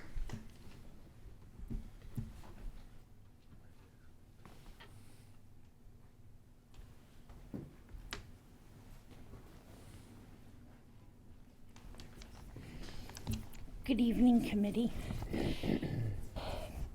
Hi. This is my first time doing this, so I'm a little nervous, but my great-great-grandfather, he served on the city council in the mid-1800s, so I'm wow. really nervous. You'll be fine. Sorry. He's here with you for sure. It's in your genes. Henry Symes was It's in your his name. genes. Hi, my name is Diane Blevins. I am a city resident who also has a disability. I am a member of the Mayor's Commission on Disabilities and on the Baltimore Housing Committee for Maryland Inclusive Housing. The city should provide funding for housing for people with disabilities and in all over the city. The city should invest in more disability training for city employees and contractors. The city also needs to comply with the American Disability Act and the Fair Housing Act by providing training to all stakeholders to promote equality. Thank you. Oh, thank you so much. Great job. Next up, Angel St. John. Angel.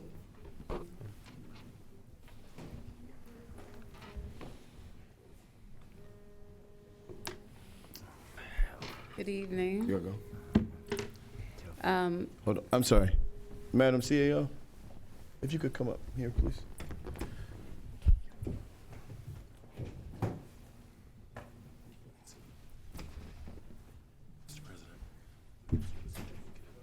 Oh, yeah, I got it.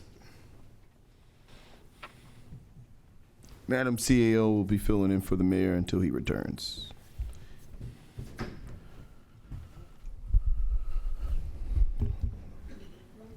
Two minutes. Thank you so much. Good evening. I'm Angel St. Jean. I'm a resident and a business owner in the city. I am also an applied researcher. I've spent my career working in community economic development, workforce development, using data to help improve outcomes for programs. I used to work for the Mayor's Office of Employment Development for just under 5 years, where we were developing strategies to improve the employment rate in the city using data. I left that job to start my company, the Equity Brain Trust, because I saw that what we were really doing was trying to help individual people overcome what were systemic barriers to success. So for example, when we look at 10,000 people having a transportation barrier, it's not an individual barrier to employment, it's a systemic barrier. And if we could address it at the systemic level, then we can help thousands of people get access to the opportunities that they need. I've run nonprofit organizations. I've worked directly with implementers at MOED. And I can see how everyday decisions like starting a training program at 9 a.m. versus 8 a.m. could make the difference between a single parent making it on time and completing the training versus creating another obstacle to their success. There are hundreds of small decisions like that that impact who has access to programs, who can successfully complete a program, and who can acquire critical resources or technical assistance to help their business succeed. So when we talk about equity from the services that we provide, this is what we're talking about: everyday decisions that drive access to opportunity. I started my company because I could see how good intentions can turn a void without a methodical process to understand those decisions that we make, and the same way we drive results in every other setting, use data to improve results. My company created a software platform that is built on a data-driven methodology to drive equitable outcomes from, amongst other things, city services. I don't know how many other residents or business owners do this for a living or what the process is for bringing this type of expertise and resource to the city. But I would like an opportunity to brief the mayor, council, this board, whoever, on this methodology, because what we really want to do is see the city get the social and financial benefits from our taxpayer investments in the city's equity efforts. Thank you. What's the name of your company? The Equity Brain Trust. And do you have a website? Equiscorebi.com. Say it one more time, please. Equiscore, EQUISCOREBI.com. Thank you so much. Next up, we have Heather Johnson.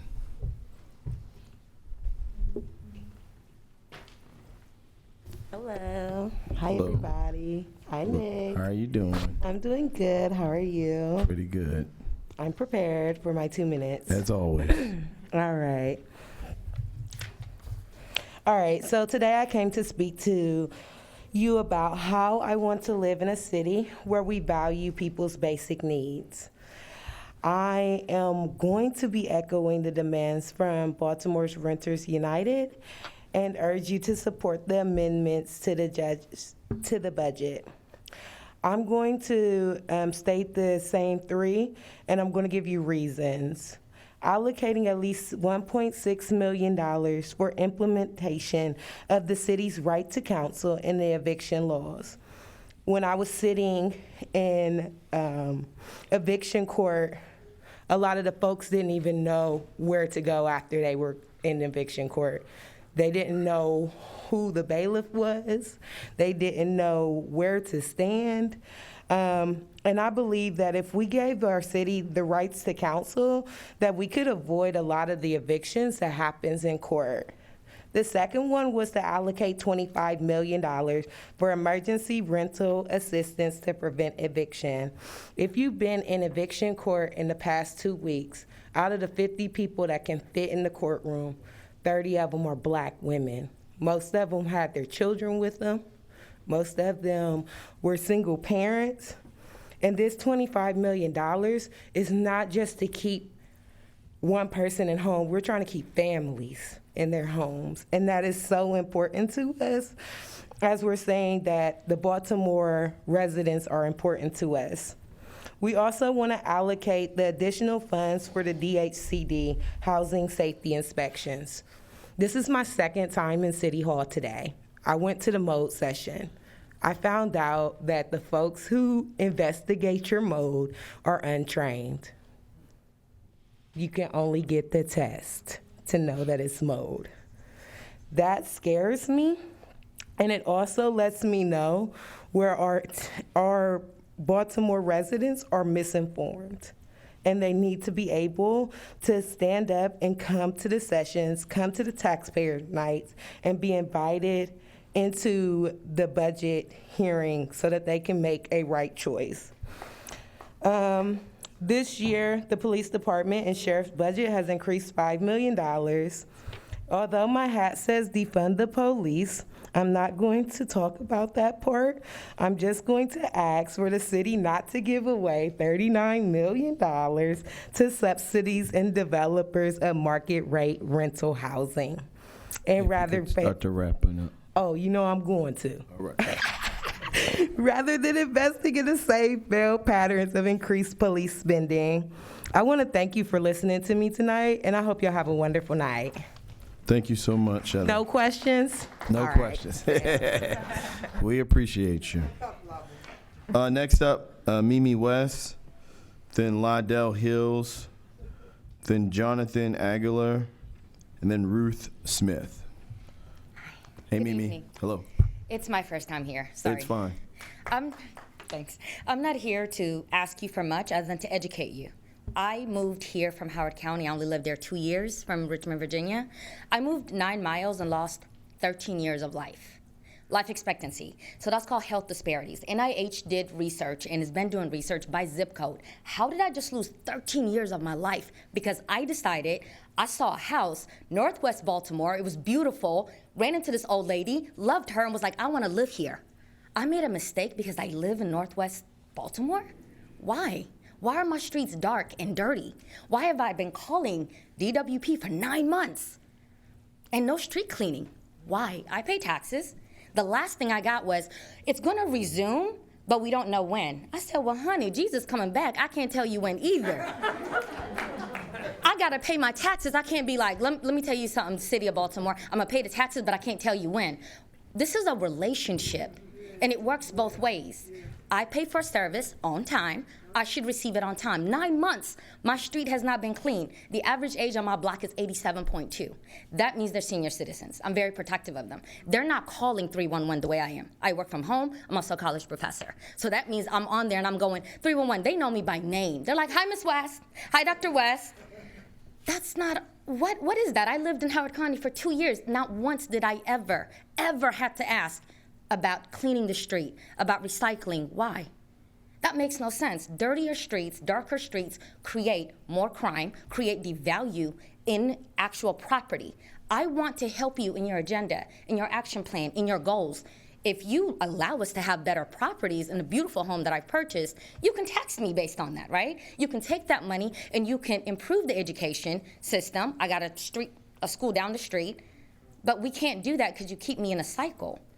Darker streets, dirtier streets, increase disease in every way. In every area that you can look at, compared to Howard County, 9 miles in my old house versus now, I'm doing worse. That's sad.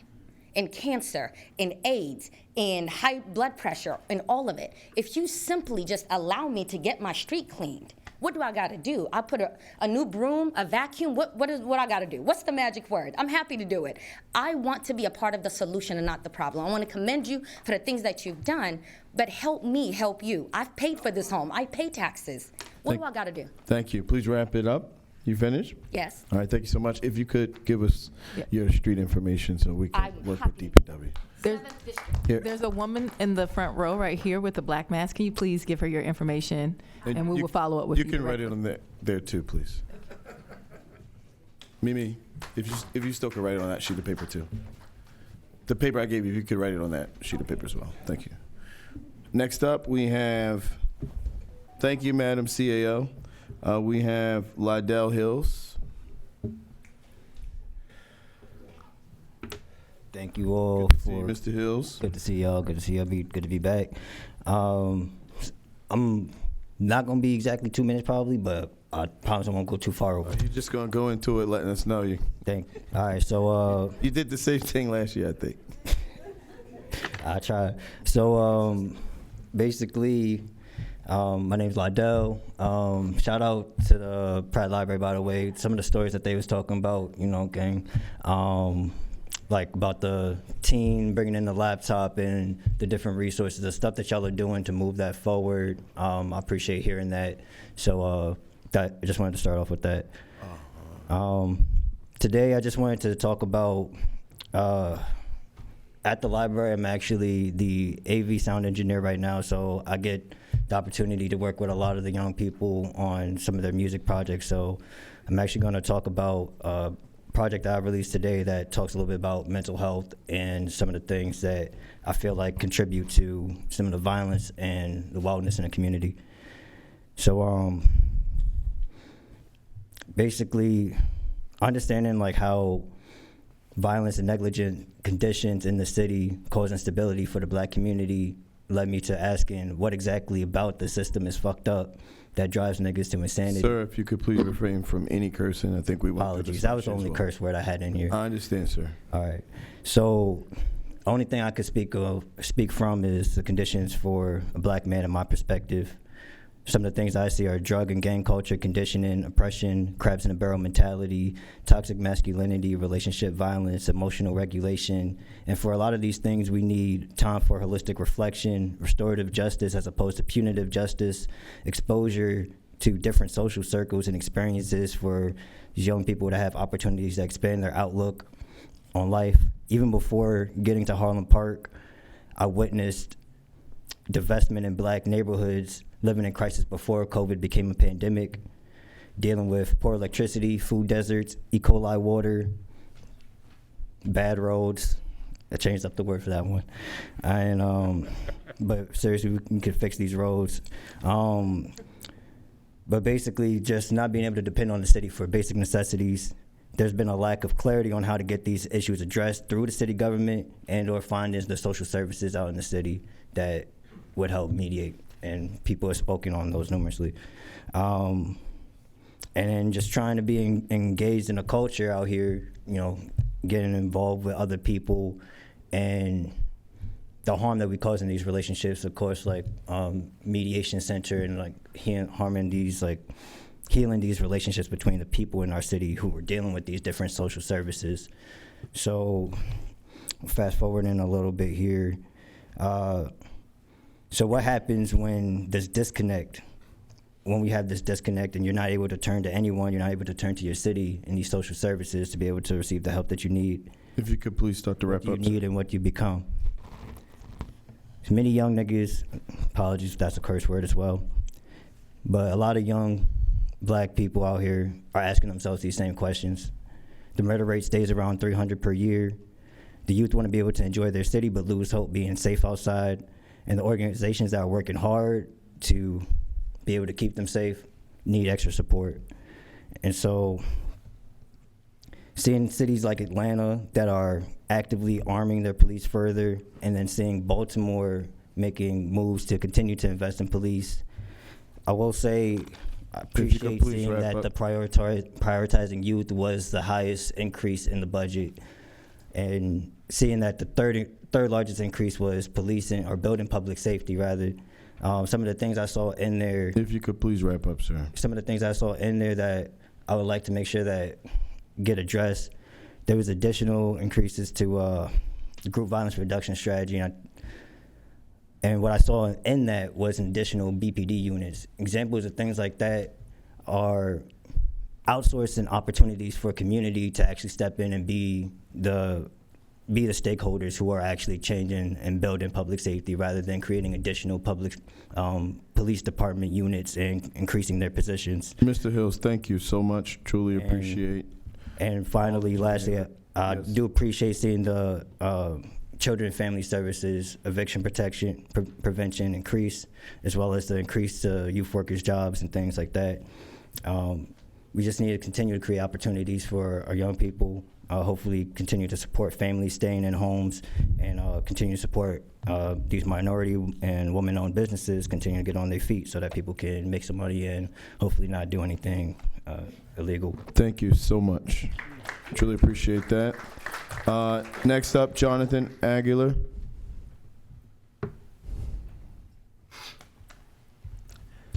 Hi, good evening. Thank you so much for the opportunity to come address you today. My name is Jonathan Aguilar. I live in the Westgate neighborhood of Baltimore, just south of Lincoln Park, and I'm another parent here pleading on behalf of the Forest Preschool to help have the city help them convert some of their part-time employees into full-time employees. So I live with my wife and my 5-year-old daughter in Westgate. It's the same district as the Cary Marine Nature Center. We both work. She's a federal employee. I'm here because this is where I learned to be an astronomer, and Baltimore is one of the world-leading centers in astronomy. As any working parent can tell you, finding affordable, high-quality childcare is really hard. But for the last year and a half, my daughter has been at Forest Preschool. It's been everything we've asked for and even more. We've watched our child and her classmates flourish under the guidance of these incredible teachers who have managed to turn Lincoln Park, which is really one of Baltimore's treasures, right in the middle of a city, into this vibrant living classroom. I think Chris earlier and Alana as well gave testimony to the kinds of students, these kinds of people that this program produces. I have to bring gloves and a trash bag everywhere with my daughter because she wants to pick up all the litter. She's really invested in creating a wonderful environment around her. Their biggest struggle in addressing the needs of working parents is availability and reliability. And for many working parents, that's the single most important consideration when selecting childcare. And this challenge comes primarily from their lack of full-time employees. All of their 9 staff members are part-time with no benefits, including the 7 teachers who are formally classified as recreational arts instructors, even though their duties far exceed that description. This means they can't take more students. They have serious problems retaining teachers who constantly get poached by nearby programs that learn from and model themselves after this incredible program at Forest Preschool. And they can't keep hours that are compatible with what working families need. Under the proposed budget, they would be forced to reduce their hours even more and close at 4 instead of 5, which even for us, if my daughter weren't moving into kindergarten, we wouldn't be able to take advantage of this program anymore, and we have a lot of flexibility. These barriers prevent them from expanding to reach the reach of the preschool to families who don't have the same job flexibility. So we're here to ask the city to help Forest Preschool become the incredible resource for Baltimore's parents that we know it can be.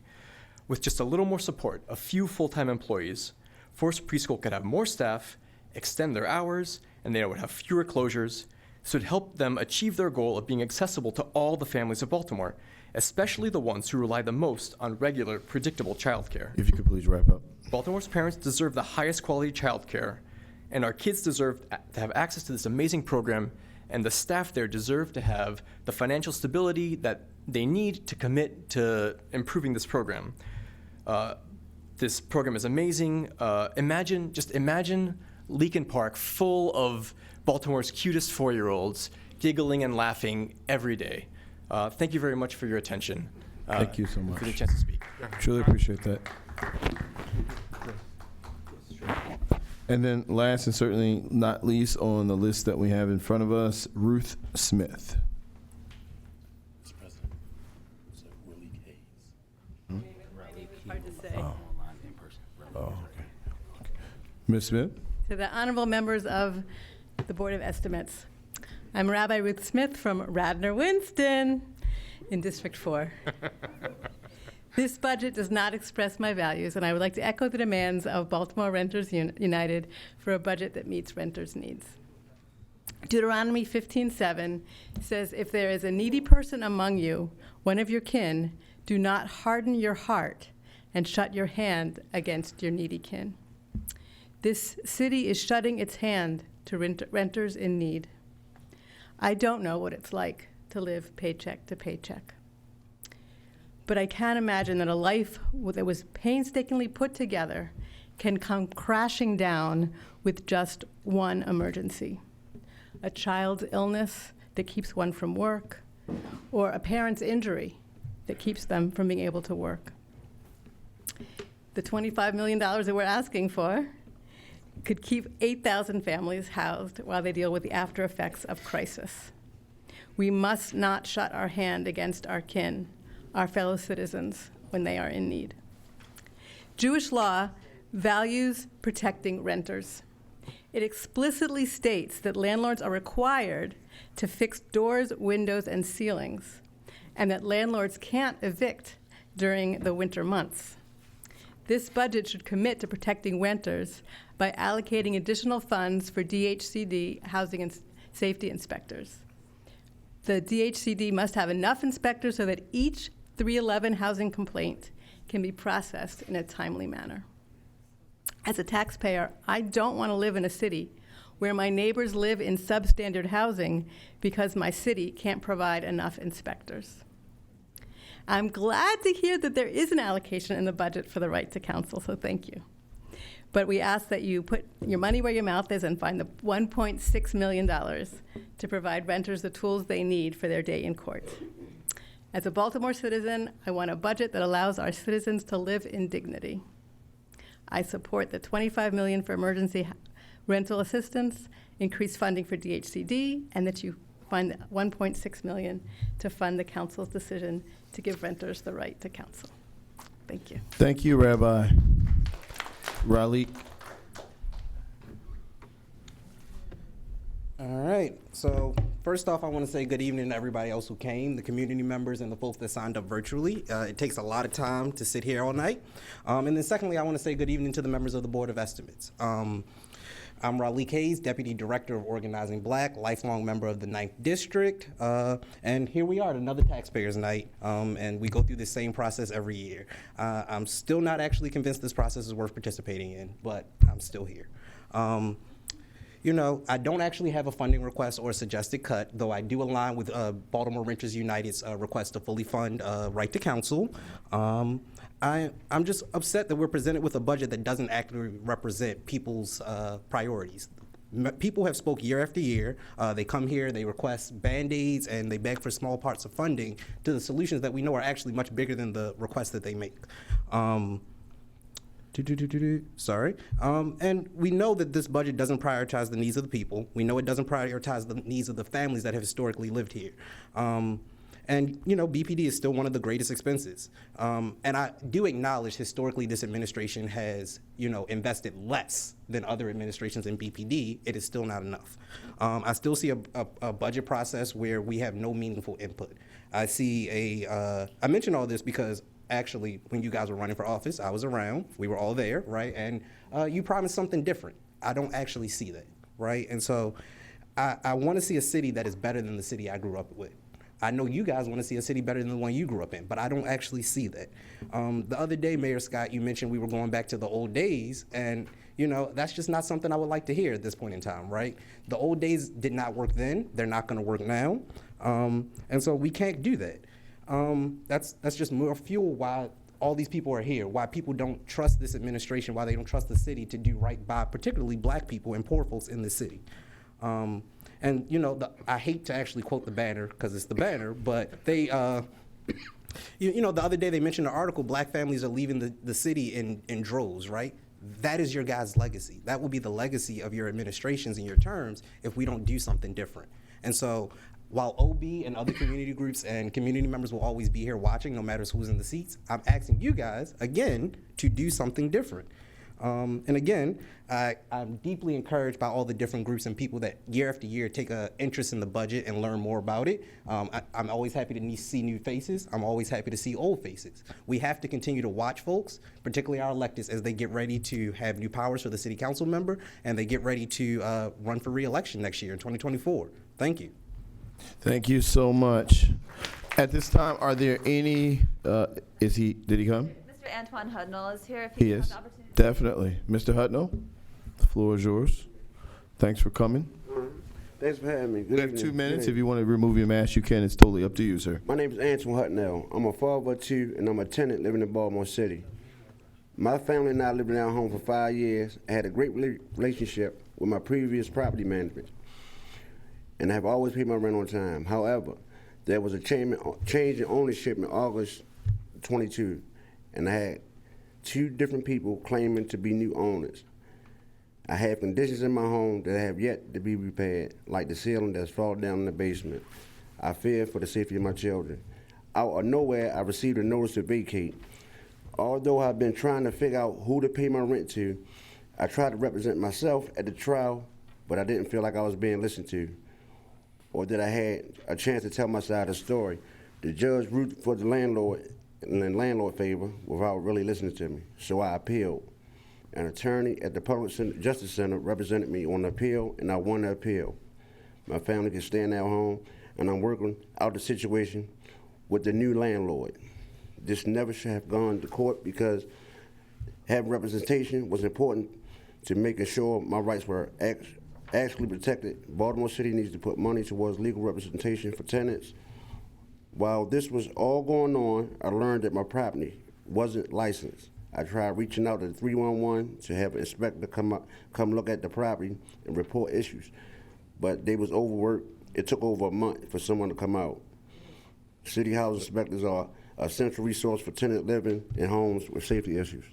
I urge the city to budget more money for them to do what they need to do for tenants in Baltimore City. Thank you. Thank you so much. Now, is there anyone in the chambers right now that would like to have 2 minutes that did not sign up prior? Going once. I have a statement from this. You have a statement that you want to turn in? Yes. Sure. Yes. Oh, Ms. Flo Valentine. Okay. Thank you so much. The board will take that and we will photocopy and make sure everyone receives a copy. So again, is anyone that is here that would like to testify who has not had an opportunity? Going once, going twice. So now we're going to turn over to virtual. Mr. Aaron DeGraffenwright is going to go through the online list. When you hear your name called, he's going to unmute you. We ask that you say your name and begin your 2 minutes of testimony. So we're going to read through the list. Taylor Smith Hams. Hi, good evening. Can you hear me? Loud and clear. Great. My name is Taylor Smith Hams. I'm a resident of Better Waverly, and I work for Blue Water Baltimore. We urge you to increase investments in Baltimore's 2 sewage backup assistance programs, the Expedited Reimbursement Program and the Sewage On-Site Support Program in this year's budget. Sewage backups pose significant dangers to residents' health and cause costly damage to homes.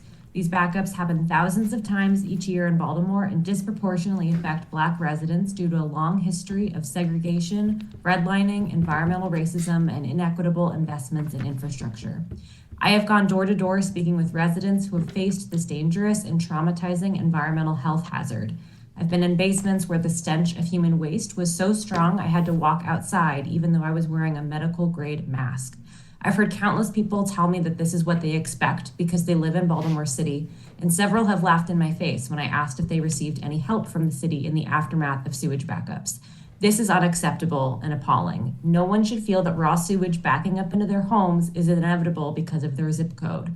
No one should face the trauma of raw sewage in their home and then be gaslighted by city officials who go out of their way to blame residents for backups instead of providing desperately needed assistance. But this is a lot of Baltimoreans' lived experiences. The city must take urgent action to eliminate sewage backups into people's homes, but in the interim, it must improve its support for residents on the front lines of this environmental injustice. That includes expanding both the SOS and the ERP programs to cover dry weather backups that are caused by any conditions in the public system, not just wet weather backups. The city has an enormous opportunity to direct state and federal resources, including money from ARPA, the Infrastructure Investment and Jobs Act, and the Inflation Reduction Act towards our water infrastructure.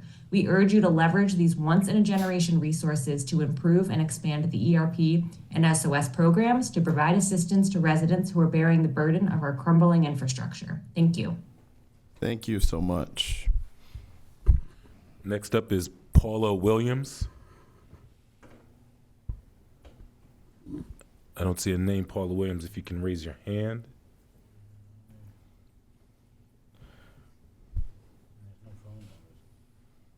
All right, next. If you could denote that you're interested in speaking by using the raise hand function, we're still going to go through all of the names. But next name. Next, Michelle Farmer.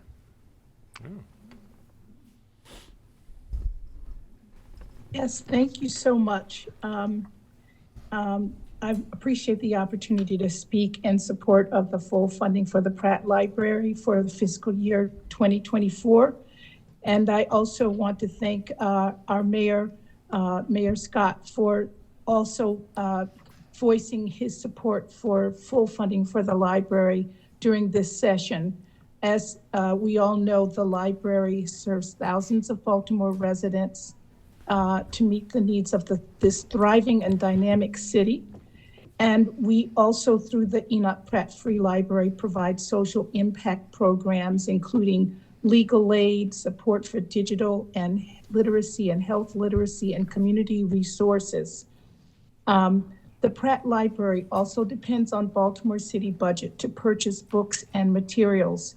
And currently this budget is low compared to other areas of the state of Maryland, such as Baltimore County. Our book budget is only 1/3 of that of Baltimore County's. And we hope that you can consider increasing the Pratt Library's book budgets so that more books can be made available to all residents, including those for whom English is not their first language. And again, I do want to voice my support for all that Baltimore City has done to make the Enoch Pratt Library System Maryland's best library system. Thank you so much. Thank you, Ms. Farmer. Next, Patricia Lasher.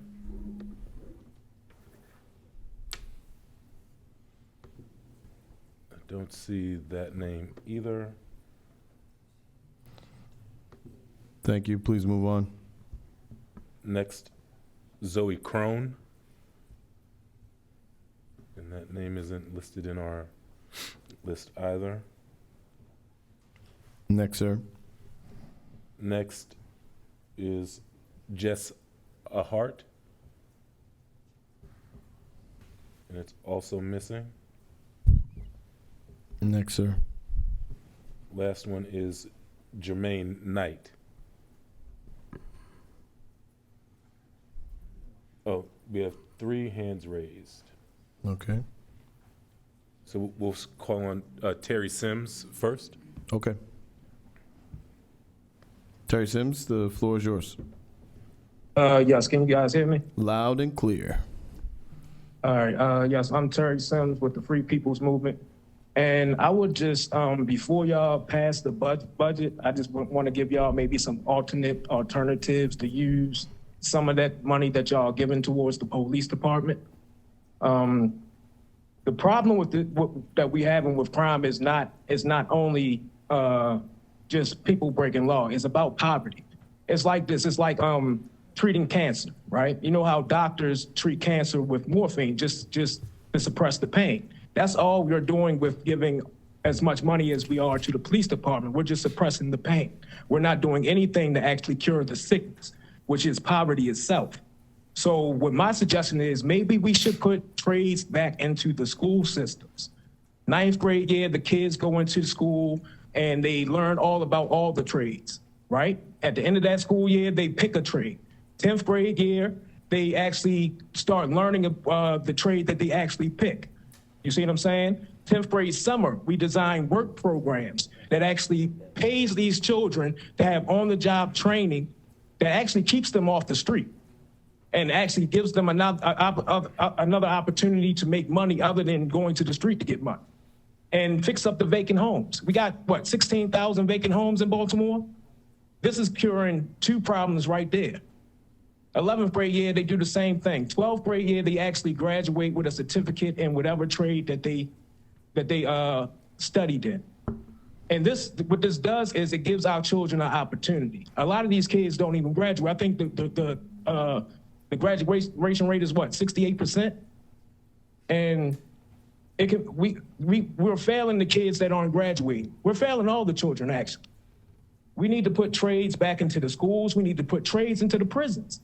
So these people coming home will have an opportunity to have a better life than what they were living when they went in. We got to do something better. Like my man was just talking about, legacy. What do y'all want y'all legacy to be? Like Brandon, I was down there 2020 with you. That's why I actually voted for you the next day. I was down there. I was the guy with the glasses with the We Are God shirt on that actually helped run the people out of Baltimore. And we put y'all in there for a reason. We need y'all. We didn't put y'all in there for East Baltimore to get get built up while West Baltimore is deteriorating. And when I'm in Mexico Sims, right now. if you could start to wrap up your testimony. Yes, I'm about to be finished. I'm in Mexico right now. And when I come home, I see what's going on in East Baltimore. Nobody over in East Baltimore looks like me no more. Like I just seen you on the news earlier about Perkins doing a $1 billion project with Perkins Homes. I wonder if those people moving there is going to look like me. And we just got to do better. And it's election year. That's all I'm gonna say. It's election year. So I'm gonna leave with that. Thank you so much, Mr. Sims. Mr. GC, next up. Next up, Martaze Gaines.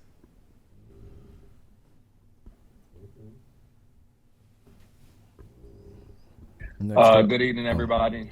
My name is Martez Gaines. I'm a senior organizer with Organizing Black. Really here to stand in solidarity with so many of the folks, the residents of Baltimore who are really calling and showing what we want our money to go to, whether that is our recreational centers, our public library system, thinking about our streets being clean. I'm a resident of District 8. I live in Emerson Village. I spent most of my life here. But speaking to what Terry just said, I also used to live in Perkins, and I'm sure those folks will not look like me. But with all of that being said, I think other places that I'm really interested in pushing the city to think about our money, instead of going to the police, but also about thinking about preserving our historical traditions, like the tradition of Arabin. The Carlton Street Stables is the oldest stables that's still around in Baltimore City in Southwest Baltimore around Highlands Market. And right, there are tons of repairs that are needed. The Fremont stables are going through things, right? Like these are places really where we could leverage an opportunity again for job training, for skills building, right? And then for really just community connection. And so really asking and again to stand in solidarity with all of the folks who are present inside of the chambers today and tonight, really to, support funds going to the places where we're asking y'all to put the funds. I yield the rest of my time. Thank you so much, Mr. Gaines. Truly appreciate that. Mr. GC, next up. Next is Betsy Simon.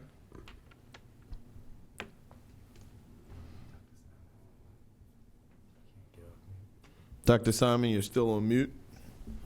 We can see you, but we can't hear you. Can you speak up now?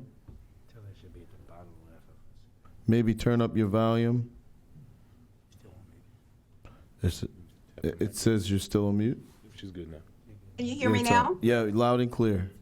The floor is yours. Very good.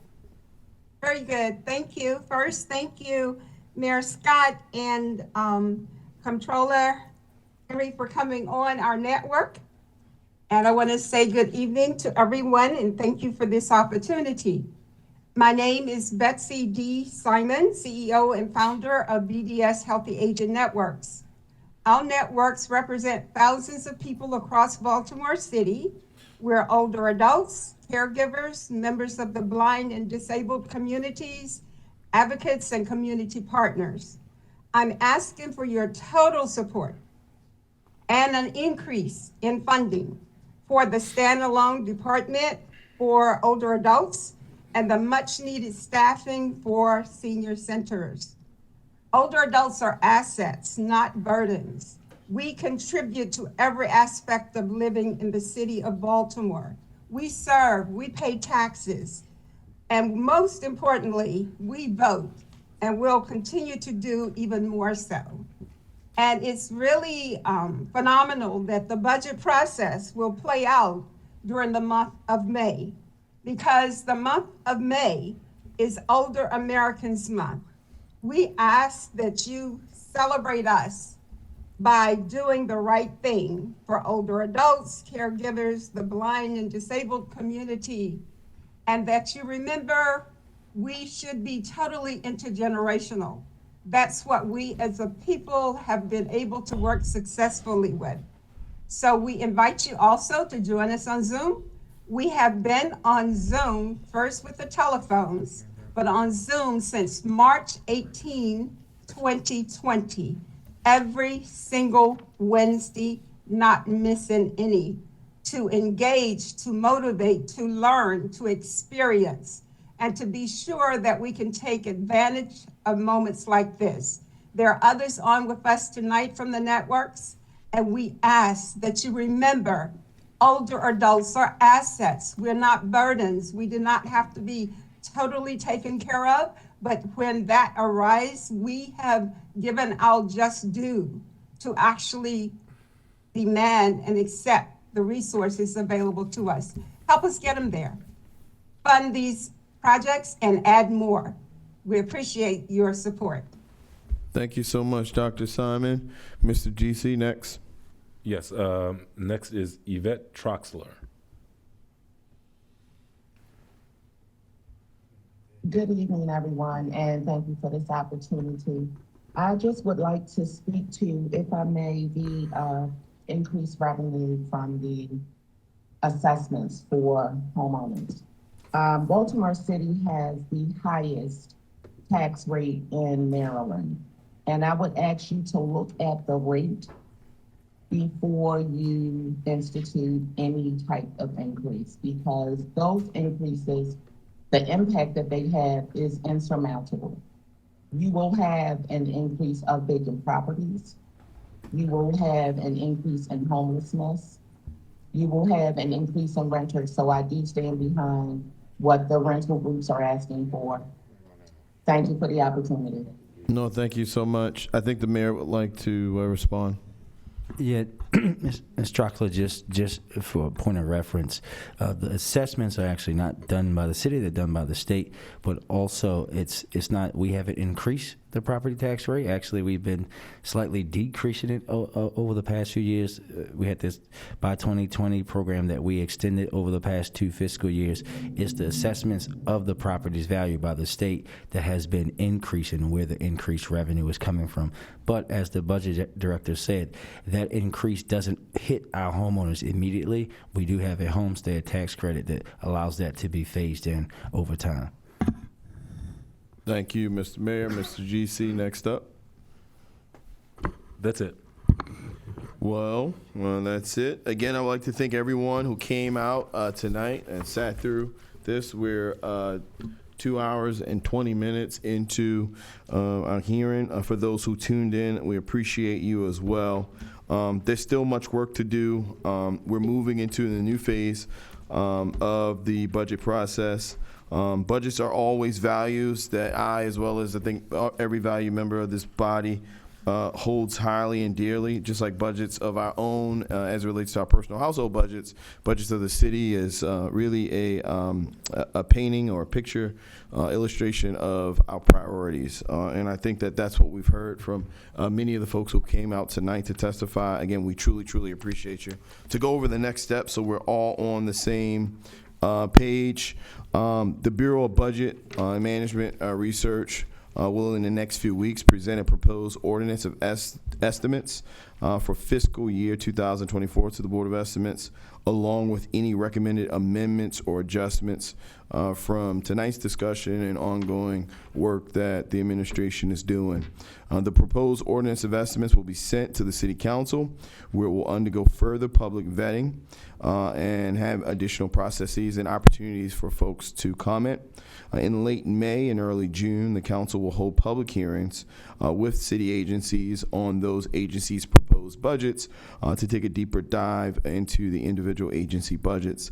Then the City Council will host its own taxpayer night, just like we're doing tonight, in late May. Please mark your calendars for the evening of Thursday, May the 26th. The full list of, 25th. It's Thursday still? Yes. Thursday the 25th. Again, the next Taxpayers Night in front of the City Council will be Thursday, May the 25th. The full list of Taxpayers Night and City Council budget hearings will be announced at the upcoming City Council meeting and will be posted on public domain at www.baltimorecitycouncil.com. Again, that's www.baltimorecitycouncil.com. At this time, I would like to, again, thank all of my colleagues on the board, but more importantly, you, the general public, who has come in person or even participated virtually, and I think in a very substantive discussion tonight. Thank you.